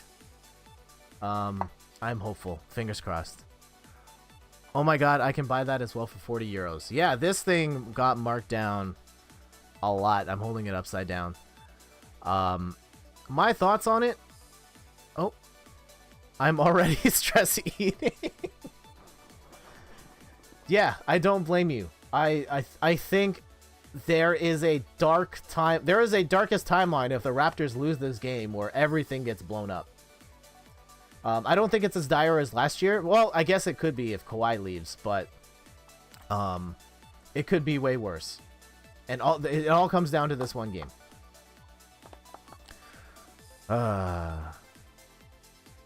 With a few games in it. So, alright, PlayStation Classic, some quick thoughts on this thing. I think it is really quirky that you can hit the open button and you'll still get the error message of trying to open it, even though this thing doesn't open.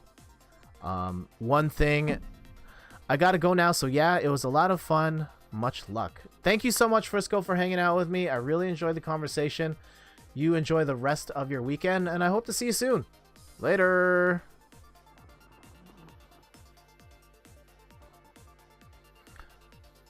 So yes, PlayStation Classic. I think that the build quality on this thing's really nice. I like the touch of having the error message pop up when you hit the open button. But right off the bat, I noticed that holding this controller does not feel right. And when you get your hands on... Like, I haven't played PlayStation all that much in my life, but I picked up this controller and it was like, dude, this does not feel right. And I handed it to Steph and she was like, no, this doesn't feel right. So I went and grabbed in her PS1 controller, and you could tell the plastic is not the same. The plastic on this is cheaper and it's lighter. And it's still functional, perfectly functional, but it's just, it doesn't feel as good. And that's a real disappointment. The other things, like, a lot has been said about the game lineup, where it doesn't necessarily have all the games you would want, like your Crash Bandicoots, your Spyros, your Gran Turismos. Like, there's Tomb Raiders. You're not going to please everybody with the lineup of games if you're only going to get 20 games on it. But this feels like a disappointment pretty much any way you slice it. And the biggest part is that half the games are running in PAL mode. And so, like, Grand Theft Auto runs a little slower. It's kind of annoying. You can still play it. But Tekken and Toshinden with that slowdown is unplayable. Like, don't even bother. And so, there's still a couple great games on here. Like, Final Fantasy VII's on here. Metal Gear's on here. It may not be the best experience. Like, you can buy the updated versions on the Switch and on other platforms. So, even for those, like, this isn't necessarily the best way to get them. And even at $30, it kind of feels a bit like a disappointment. Like a bit of a disappointment to me. Probably still worth it in the end. Like, $30, I'm still getting a couple great games. I enjoyed Mr. Driller. Rayman looks gorgeous on it. But yeah, there's my quick rundown on the PlayStation Classic.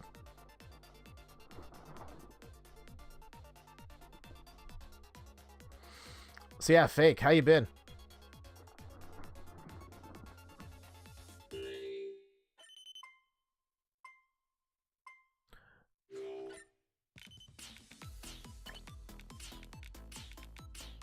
Alright, let's get this going.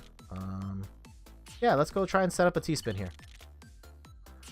Does the PS Store still sell PS1 classics? I'm pretty sure you can buy PlayStation 1 games on, like, the PlayStation Store online. So if you got a PS4, you can still do that.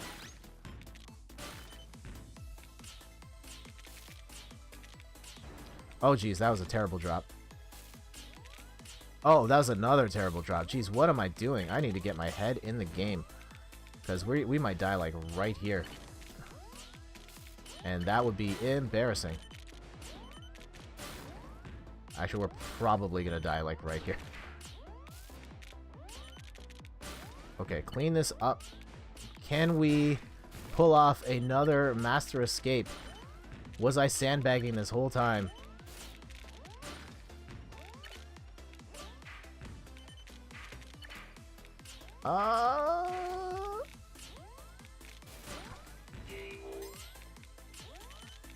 Okay. Okay. Oh, geez. Oh, I didn't see what I was doing there. The sparks were a little too much. If we can keep the fuzz off me for at least a little longer, I think we can do it. And we've knocked out a bunch of people. Okay. Okay.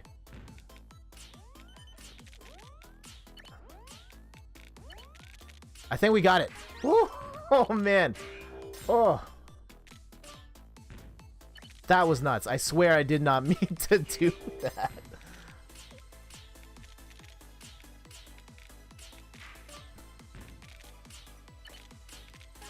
But yeah, we are just making it rain junk blocks right now. Nice. Nice.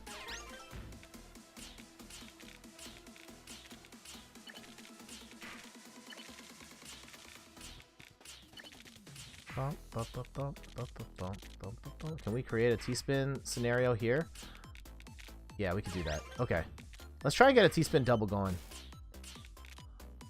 I don't want to burn that right now. Okay. There we go. Just a style on him. Although, now we were in a bit of a pickle here. Because now I don't have anywhere for that piece to go. And now we're... I didn't mean to do that. Now we're pretty much dead. Ah, damn it. I deserve that. I deserve that. I'd love that with my PS3. Yeah, I'm pretty sure you can still buy PS1 games on the PS4. So yes, you are buying this because you want you want the physical box and the PS1 controller that isn't a DualShock.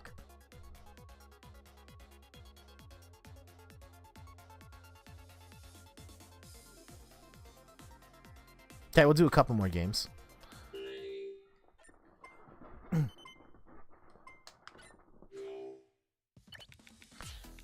Yeah, I've only played it a little bit. The game I've played the most is Mr. Driller, which I know there's not a lot to it, but it is a lot of fun.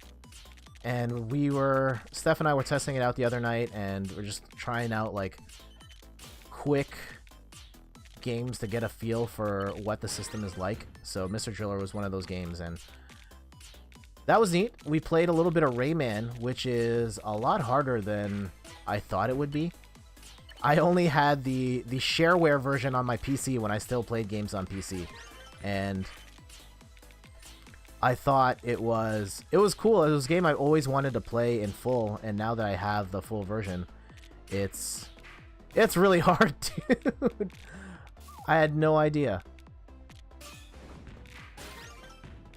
So maybe that's a game I'm going to try and complete someday. I've been kicking around the idea of, right now I'm doing a Let's Play of Paper Mario, and I've been kicking around the idea of doing a full Let's Play from Metal Gear. Now, the trade-off is, I really don't like stealth games. Historically, I don't like stealth games, and I've never played a Metal Gear before, but maybe I don't like stealth games because I've never played the original stealth game.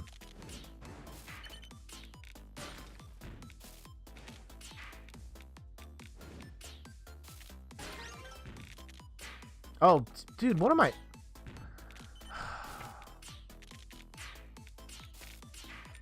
I gotta stop doing that. Those are all human error. Like, I'm not gonna make any excuses for that. I don't know, actually no, but are you a fan of old JRPGs? I think most my PS1 nostalgia comes from those games. Not really a JRPG fan, but I have played some. I enjoyed Super Mario RPG.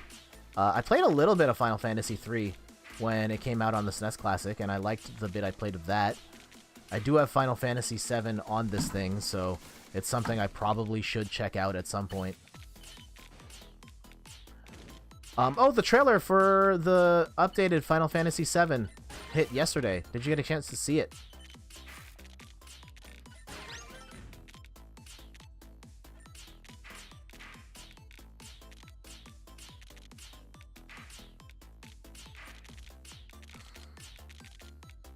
No. Oh, dude, you gotta go check that out.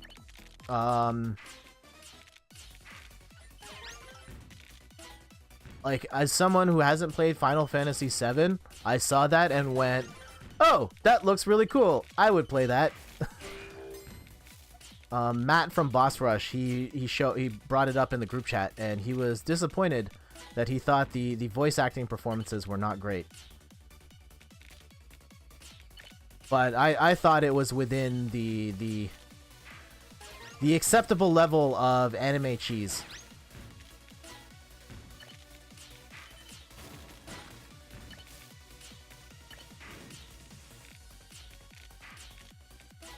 But otherwise, I thought it looked really cool. They've been teasing me for that for 15 years. Yep.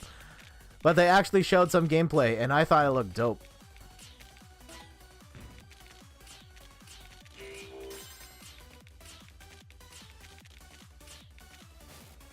Final Fantasy VII Remake was teased before the PS3 even launched.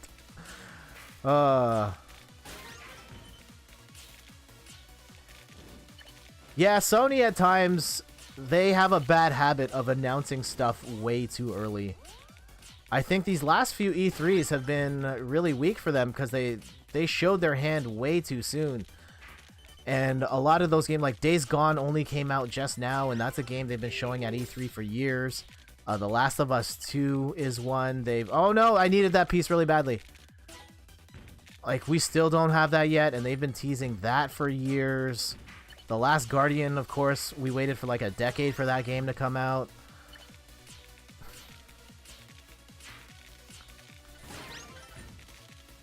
I did put in a pre-order in 2016 for Metroid Prime 4, though, and that game recently got canceled and restarted, so I will have had that pre-order in the Amazon system for like 4 years before I finally get that game. 2 more years to wait. I mean, it's not Final Fantasy VII Remake territory, but it is quite some time. And at least I didn't put any money down for that. It's just Amazon.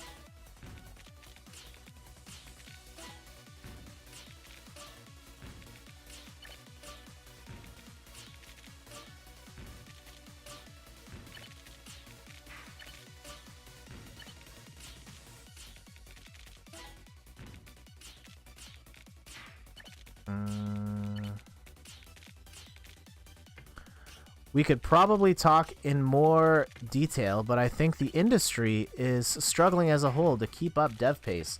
I think you are right. We are seeing like so many stories of burnout and people working 80 million hours a month, and like you're seeing the stories about how Anthem's nightmare development cycle like burned out so many people, and there's one person who there's burnout stories coming out from NetherRealm Studios, and at least one person working on that game actually now suffers from PTSD from working on like all the violent and gory parts of that game. And then Fortnite, apparently because of its success and the way that their seasons work and how fast they put out updates, that game is just in crunch forever. And so yeah, that's a really big issue happening with games, of trying to keep up with how much time it takes to make these games, how much money it costs to make these games, and how it's pretty much just driving its workers into the ground.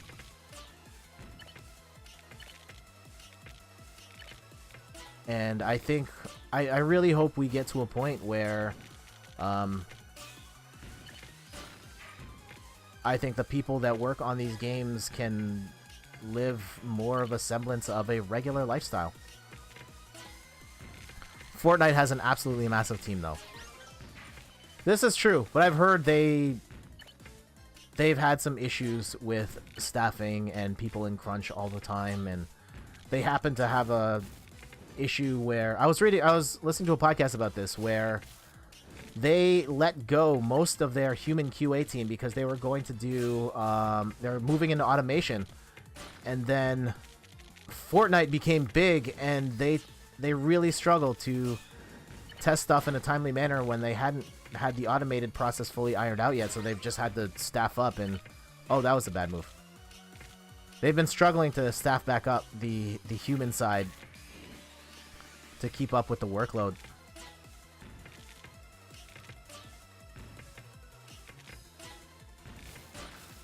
But yes, I hope, like, I don't know if unionizing is the answer, like, but I hope we get to a point where the industry as a whole recognizes that the current workplace situation is not okay.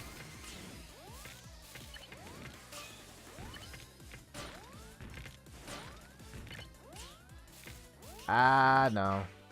Oh, we were top 2! I didn't even realize it! Jeez! Oh, man. I was so busy talking, I didn't realize that we were so close to winning. Damn it. Yeah. For sure, that's my point. Probably the biggest team in the industry, and even they can't keep up. Yep. So again, yeah, I don't know what the answer is, but I hope it doesn't continue this way. Like, if it... I think it's easy for me to say now as an adult who understands workload and stuff. I'm okay with waiting longer for games, if that's what it takes. I'm okay with waiting till you announce games later, but I know there's all sorts of reasons for why games come out or made the way they are and all that stuff, but I hope we can move past that and come up with a process that works better for the people in it, and so that we're not just driving them into the ground. I think that's kind of one of the reasons why that's off-put me to working in the game industry. Like, just the stories that I've heard about crunch. It just doesn't sound like the quality of life I would want to lead.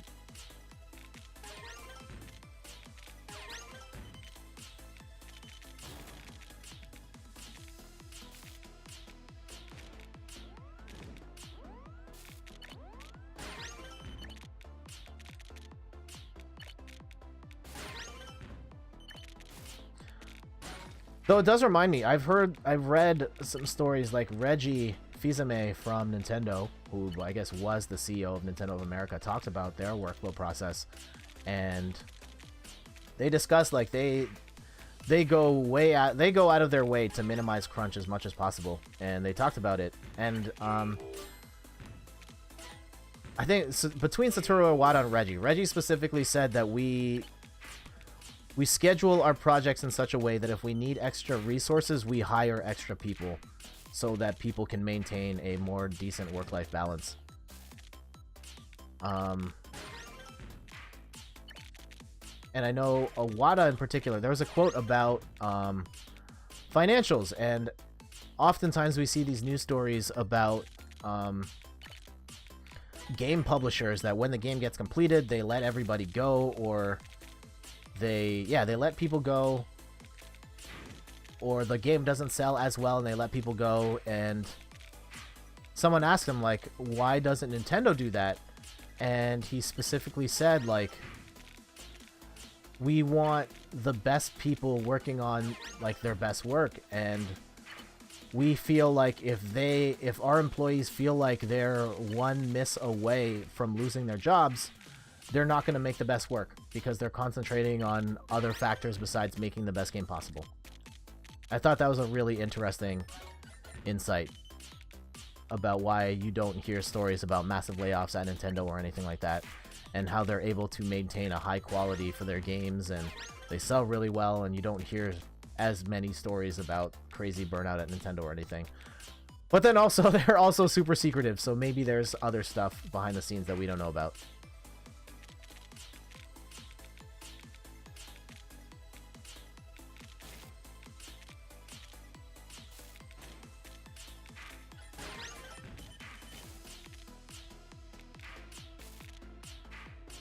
That was a really bad drop. I get it. I think that was kind of intense. Let's just clean it up.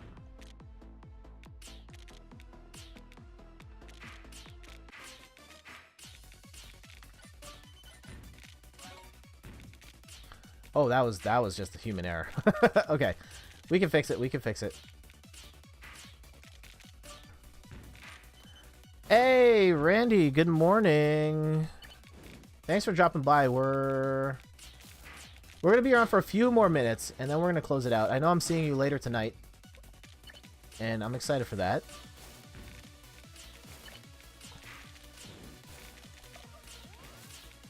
And Fako's Pirate Robot says, it's a good outlook. I think it works at Nintendo because they never really care to push the technology side of things. That could be part of it. I mean, Breath of the Wild was a monstrous game that took a lot of resources and a ton of money, and but they also delayed that game a few times. But yes, technology is probably partly a factor, as they are working with stuff that they are familiar with, known tech, and it's just more about making the best. They're not worried about trying to squeeze out the most cutting-edge graphics in pretty much anything they do.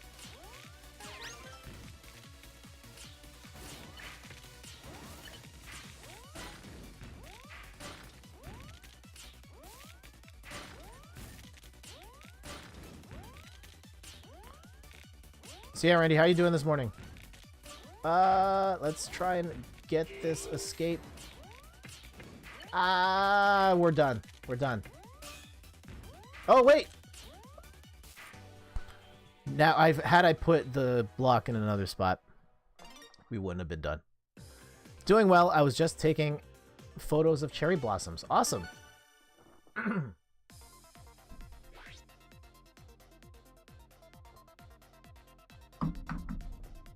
All right, let's do one more game, and then I've got to get going. But I don't know exactly what my streaming schedule is going to be next week, but I know Maximus Cup is happening next week. I got to get that Game Boy skin, so we'll try and stream Tetris 99 again next week. We're going to get back to Paper Mario, hopefully at some point during the weekday. Schedule is going to be wildly dependent on what happens with Game 7, Raptors versus Sixers, hashtag We the North.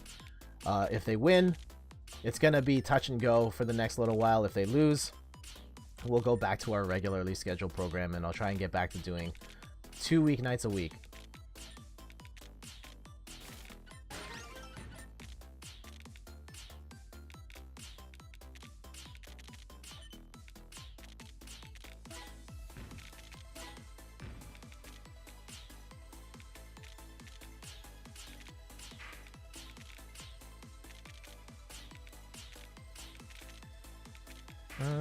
Also, Randy, you missed it. I've been doing like a bunch of T-spins.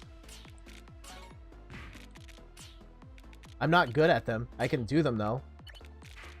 I've started seeing the angles. I was watching a Twitch streamer playing Tetris 99, and he did like one of the setups, and I was like, oh wait, I could do that. And then I've just started seeing more scenarios where I could do it. Also, this might be a really short game here.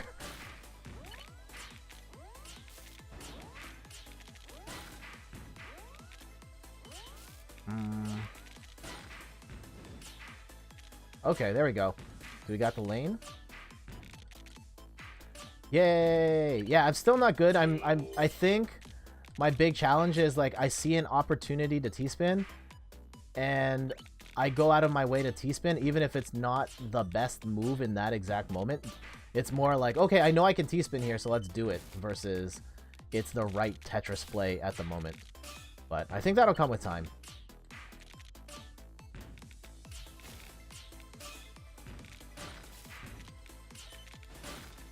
And right now, I just got to clean this up. I've been on the brink here for quite some time.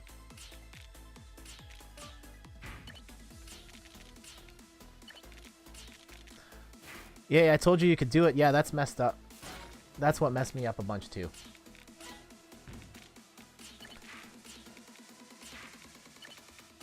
Like here, if we...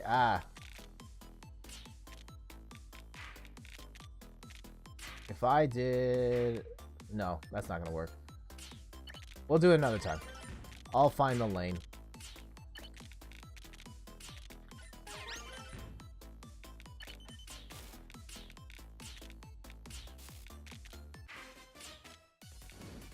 You get more... Yeah. They do come up. So Fake Ghost Pirate Robot, what are you playing lately? And Randy, also, what are you what have you guys been playing? I flashed it already on stream. I have Mortal Kombat. I've barely touched it. It's just been... Life has been way too hectic of late. There's just lots of stuff going on, and haven't had a chance to really sit down and play anything. So I've just resorted to just playing games I already have on the Switch on the train, and I had already scheduled to play Tetris 99 here, so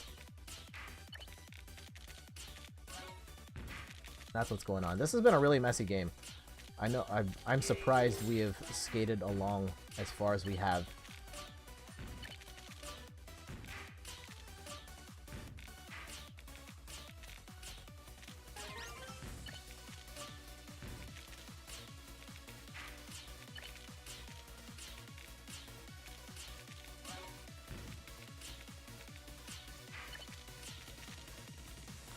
Puyo Puyo Champion's probably going to start Life is Strange 2 Episode 3 today if I have a chance. Awesome!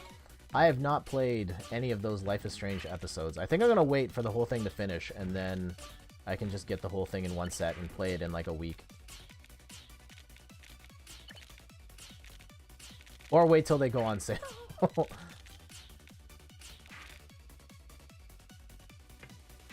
And I see Fake has...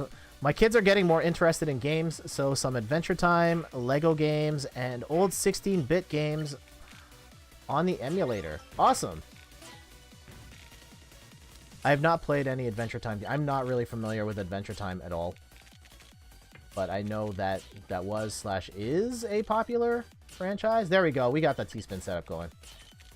Get a T-spin double there. Yeah, buddy.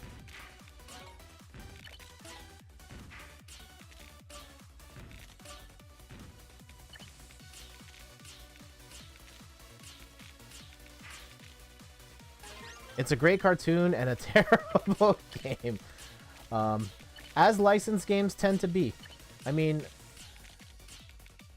I think publishers have gotten a bit better with the licensed games, but yeah, some licensed games are still really bad. But hey, if your kids are having fun, I've played my fair share of bad licensed games growing up. Like, you and I grew up in the worst era of licensed games. All the LJN stuff on the NES. Like, we've seen some stuff. Nowadays, the licensed games are all on the phone, and they're not... They're probably still just as bad, but they're not as in our face, and they're probably a lot more greedy with the microtransactions and stuff.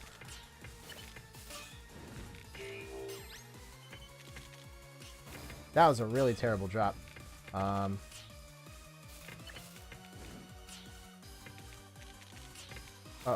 Uh-oh. No, no, no! Oh, geez, that did not go the way I had hoped it would go. Okay. Can we salvage something here?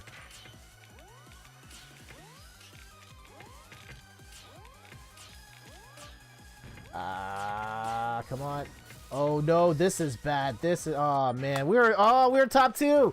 No! No!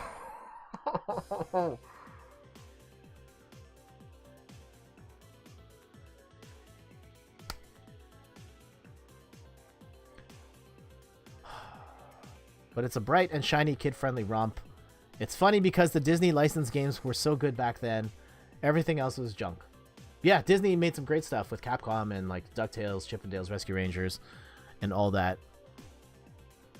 Let's do one last one. One last one for the people. Actually, more for me. I'm super salty right now. Get in second place. Ugh.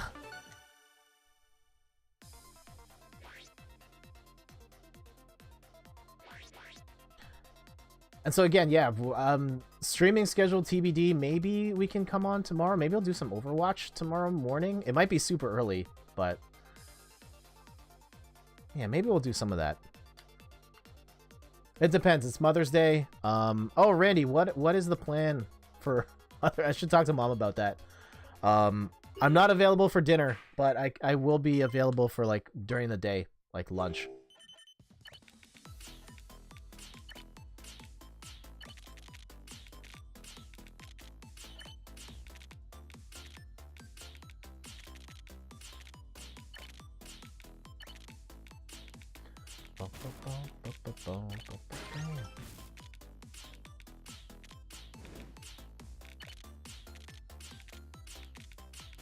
I want a best licensed game of all time. I'll text you. Okay, cool. Trying to think. Best licensed game. Is it Batman Arkham Asylum? Arkham City, perhaps? I know one of those Batman games, or those Batman games would be up there for sure.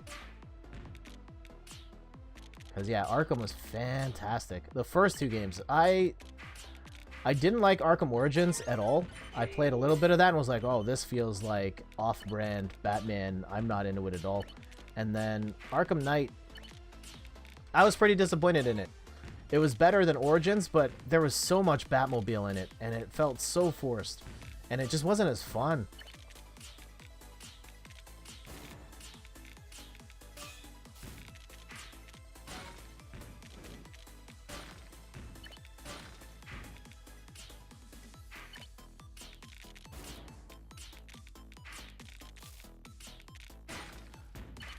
Alright, there we go.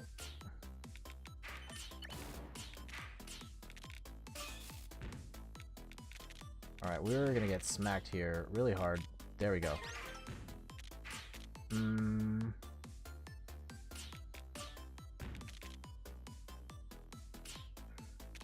not necessarily sure I like that move, but that's fine. We'll work around that. The Arkham games are on the list for sure. That's an interesting one to think about. Best licensed video games. I think that list would be way shorter. I think you'd have to put the Injustice games on there. Those are excellent fighting games. Dragon Ball FighterZ, I would say, is on that list. Somewhere on that list. I don't know if it's like top 5 or anything like that, but it is in there for consideration. That game looks crazy good. Jurassic Park? Okay. I haven't played any of those games, so I cannot say. You could put DuckTales in the discussion. I like Aladdin on the SNES. I think it's solid.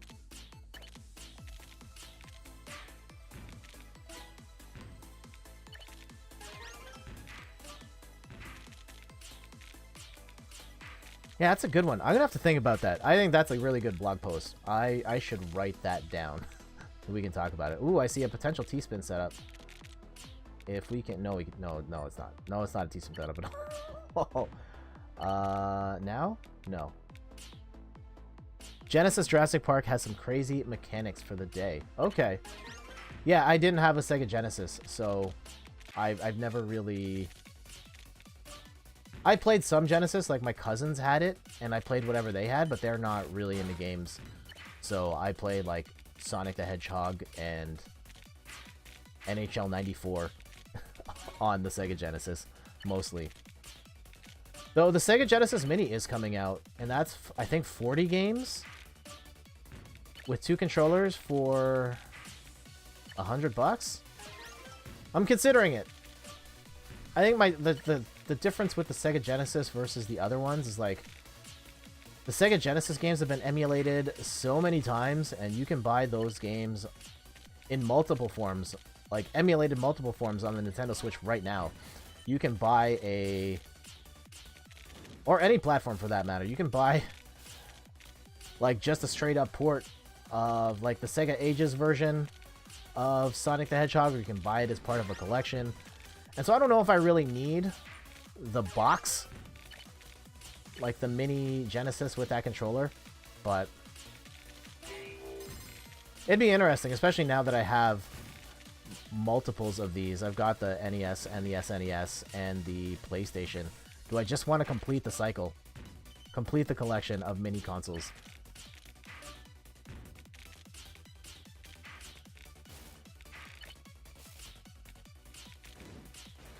Also, fake. What 16-bit games are your kids into? I know your daughter's got to be like, what, 5? I know, old enough to play games.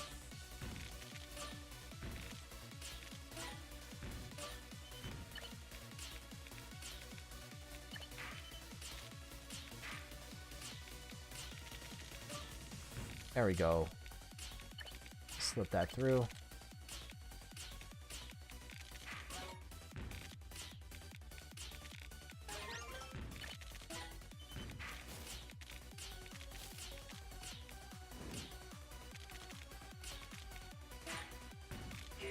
Play as Grant with the Raptor while you are on the Raptor. They love Sonic because of Sonic Boom. Oh, okay.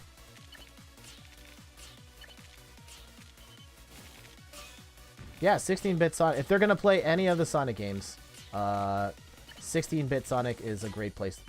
Is the best place to start. Are your kids excited for the Sonic the Hedgehog movie? I blew my kids' mind when I told them Sonic was from a video game. Oh man, they didn't even know. They just thought like, oh, Sonic the cartoon character. Crazy.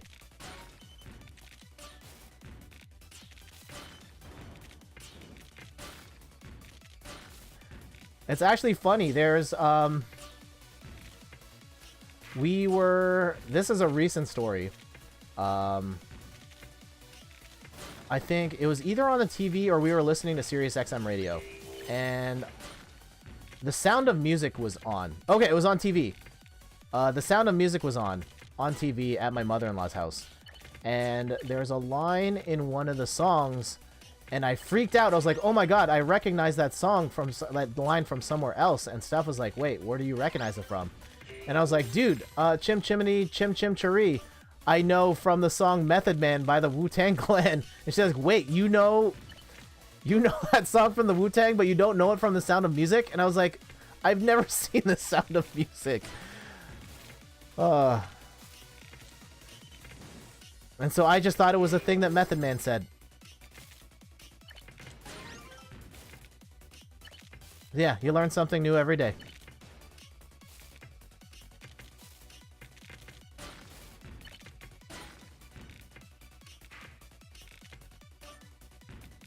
Wasn't that Mary Poppins? Okay, Mary Poppins. One of those things. Same ballpark, right? I think. I don't know. I didn't see Mary Poppins either. Alright, top 10. This is going to be actual final game. Maybe we'll talk for a little bit at the end, and then gotta close it out.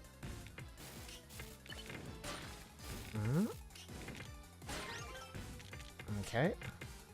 Okay. Alright. Got the board nice and low. I actually want it a bit higher. I want to give myself some room to hit Tetrises and stuff. That was a terrible draw.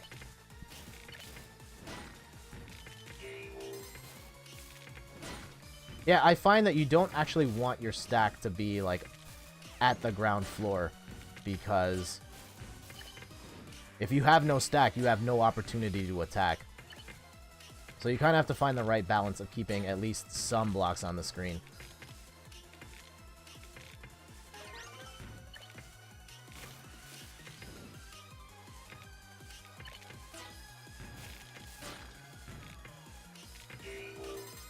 Alright, there we go. Let's go top 5, top 5.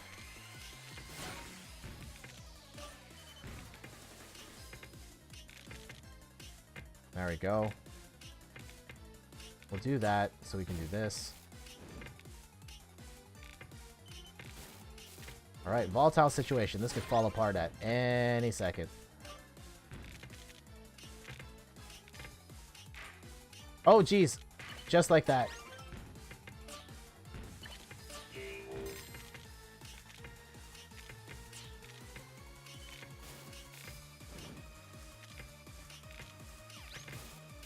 Oh, I put that on the wrong side. Uh-oh, we are getting slammed right now. Do not like that. Stop it. Play nice. Okay, okay. There. Not what I wanted. So much junk.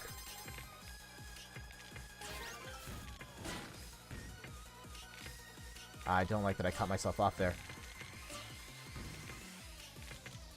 Okay. Top 2.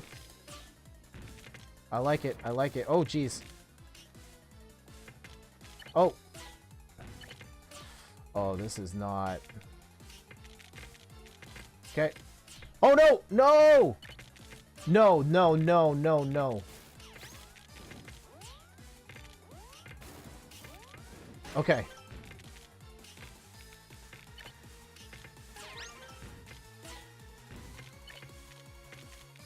Okay. Alright. I am in deep panic mode right now. Okay. Oh no, that is a huge draw. Aw, man.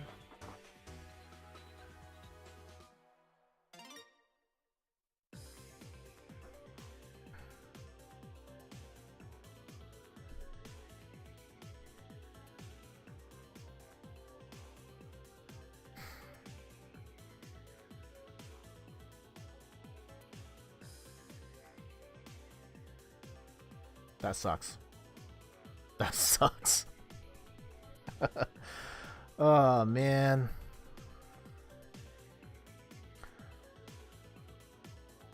Alright, well, what did you say here? I just had the same realization with a different song. I didn't realize that the weird Gunter Gleben Glaben Globen from Pretty Fly for a White Guy was originally from a Def Leppard song. I had no idea either. For what it's worth, that was still impressive. Thank you, Fake. Okay. Back-to-back bridesmaids. We're gonna have to end it here. We've gone on longer than I originally planned, but thank you so much for hanging out with me this morning. This was a lot of fun. Thank you, Frisco. Thank you, Fake Ghost Pirate Robot. Thank you, Player to Start. Oh, thank you, Frisco, for hosting me this morning as well. I appreciate that. Not sure when I'm going to be back. I will post the schedule on the Twitch channel when I know it for this week. TBD on tomorrow. We'll see how I'm feeling tomorrow and what the timing's like with Mother's Day planning and stuff. Happy Mother's Day to all of the moms out there. And make sure to follow me on Twitter and Instagram for when I'm going to be on live next. So at the top, I've got there's the Twitch channel there, but all of the other places you can find me on social are there as well. So I'll make sure to post tomorrow morning if I do go live with Overwatch or something else. So again, I'm out of here. You guys enjoy the rest of your day. Randy, I will see you later. And let's get out of here. Take care, guys. Bye.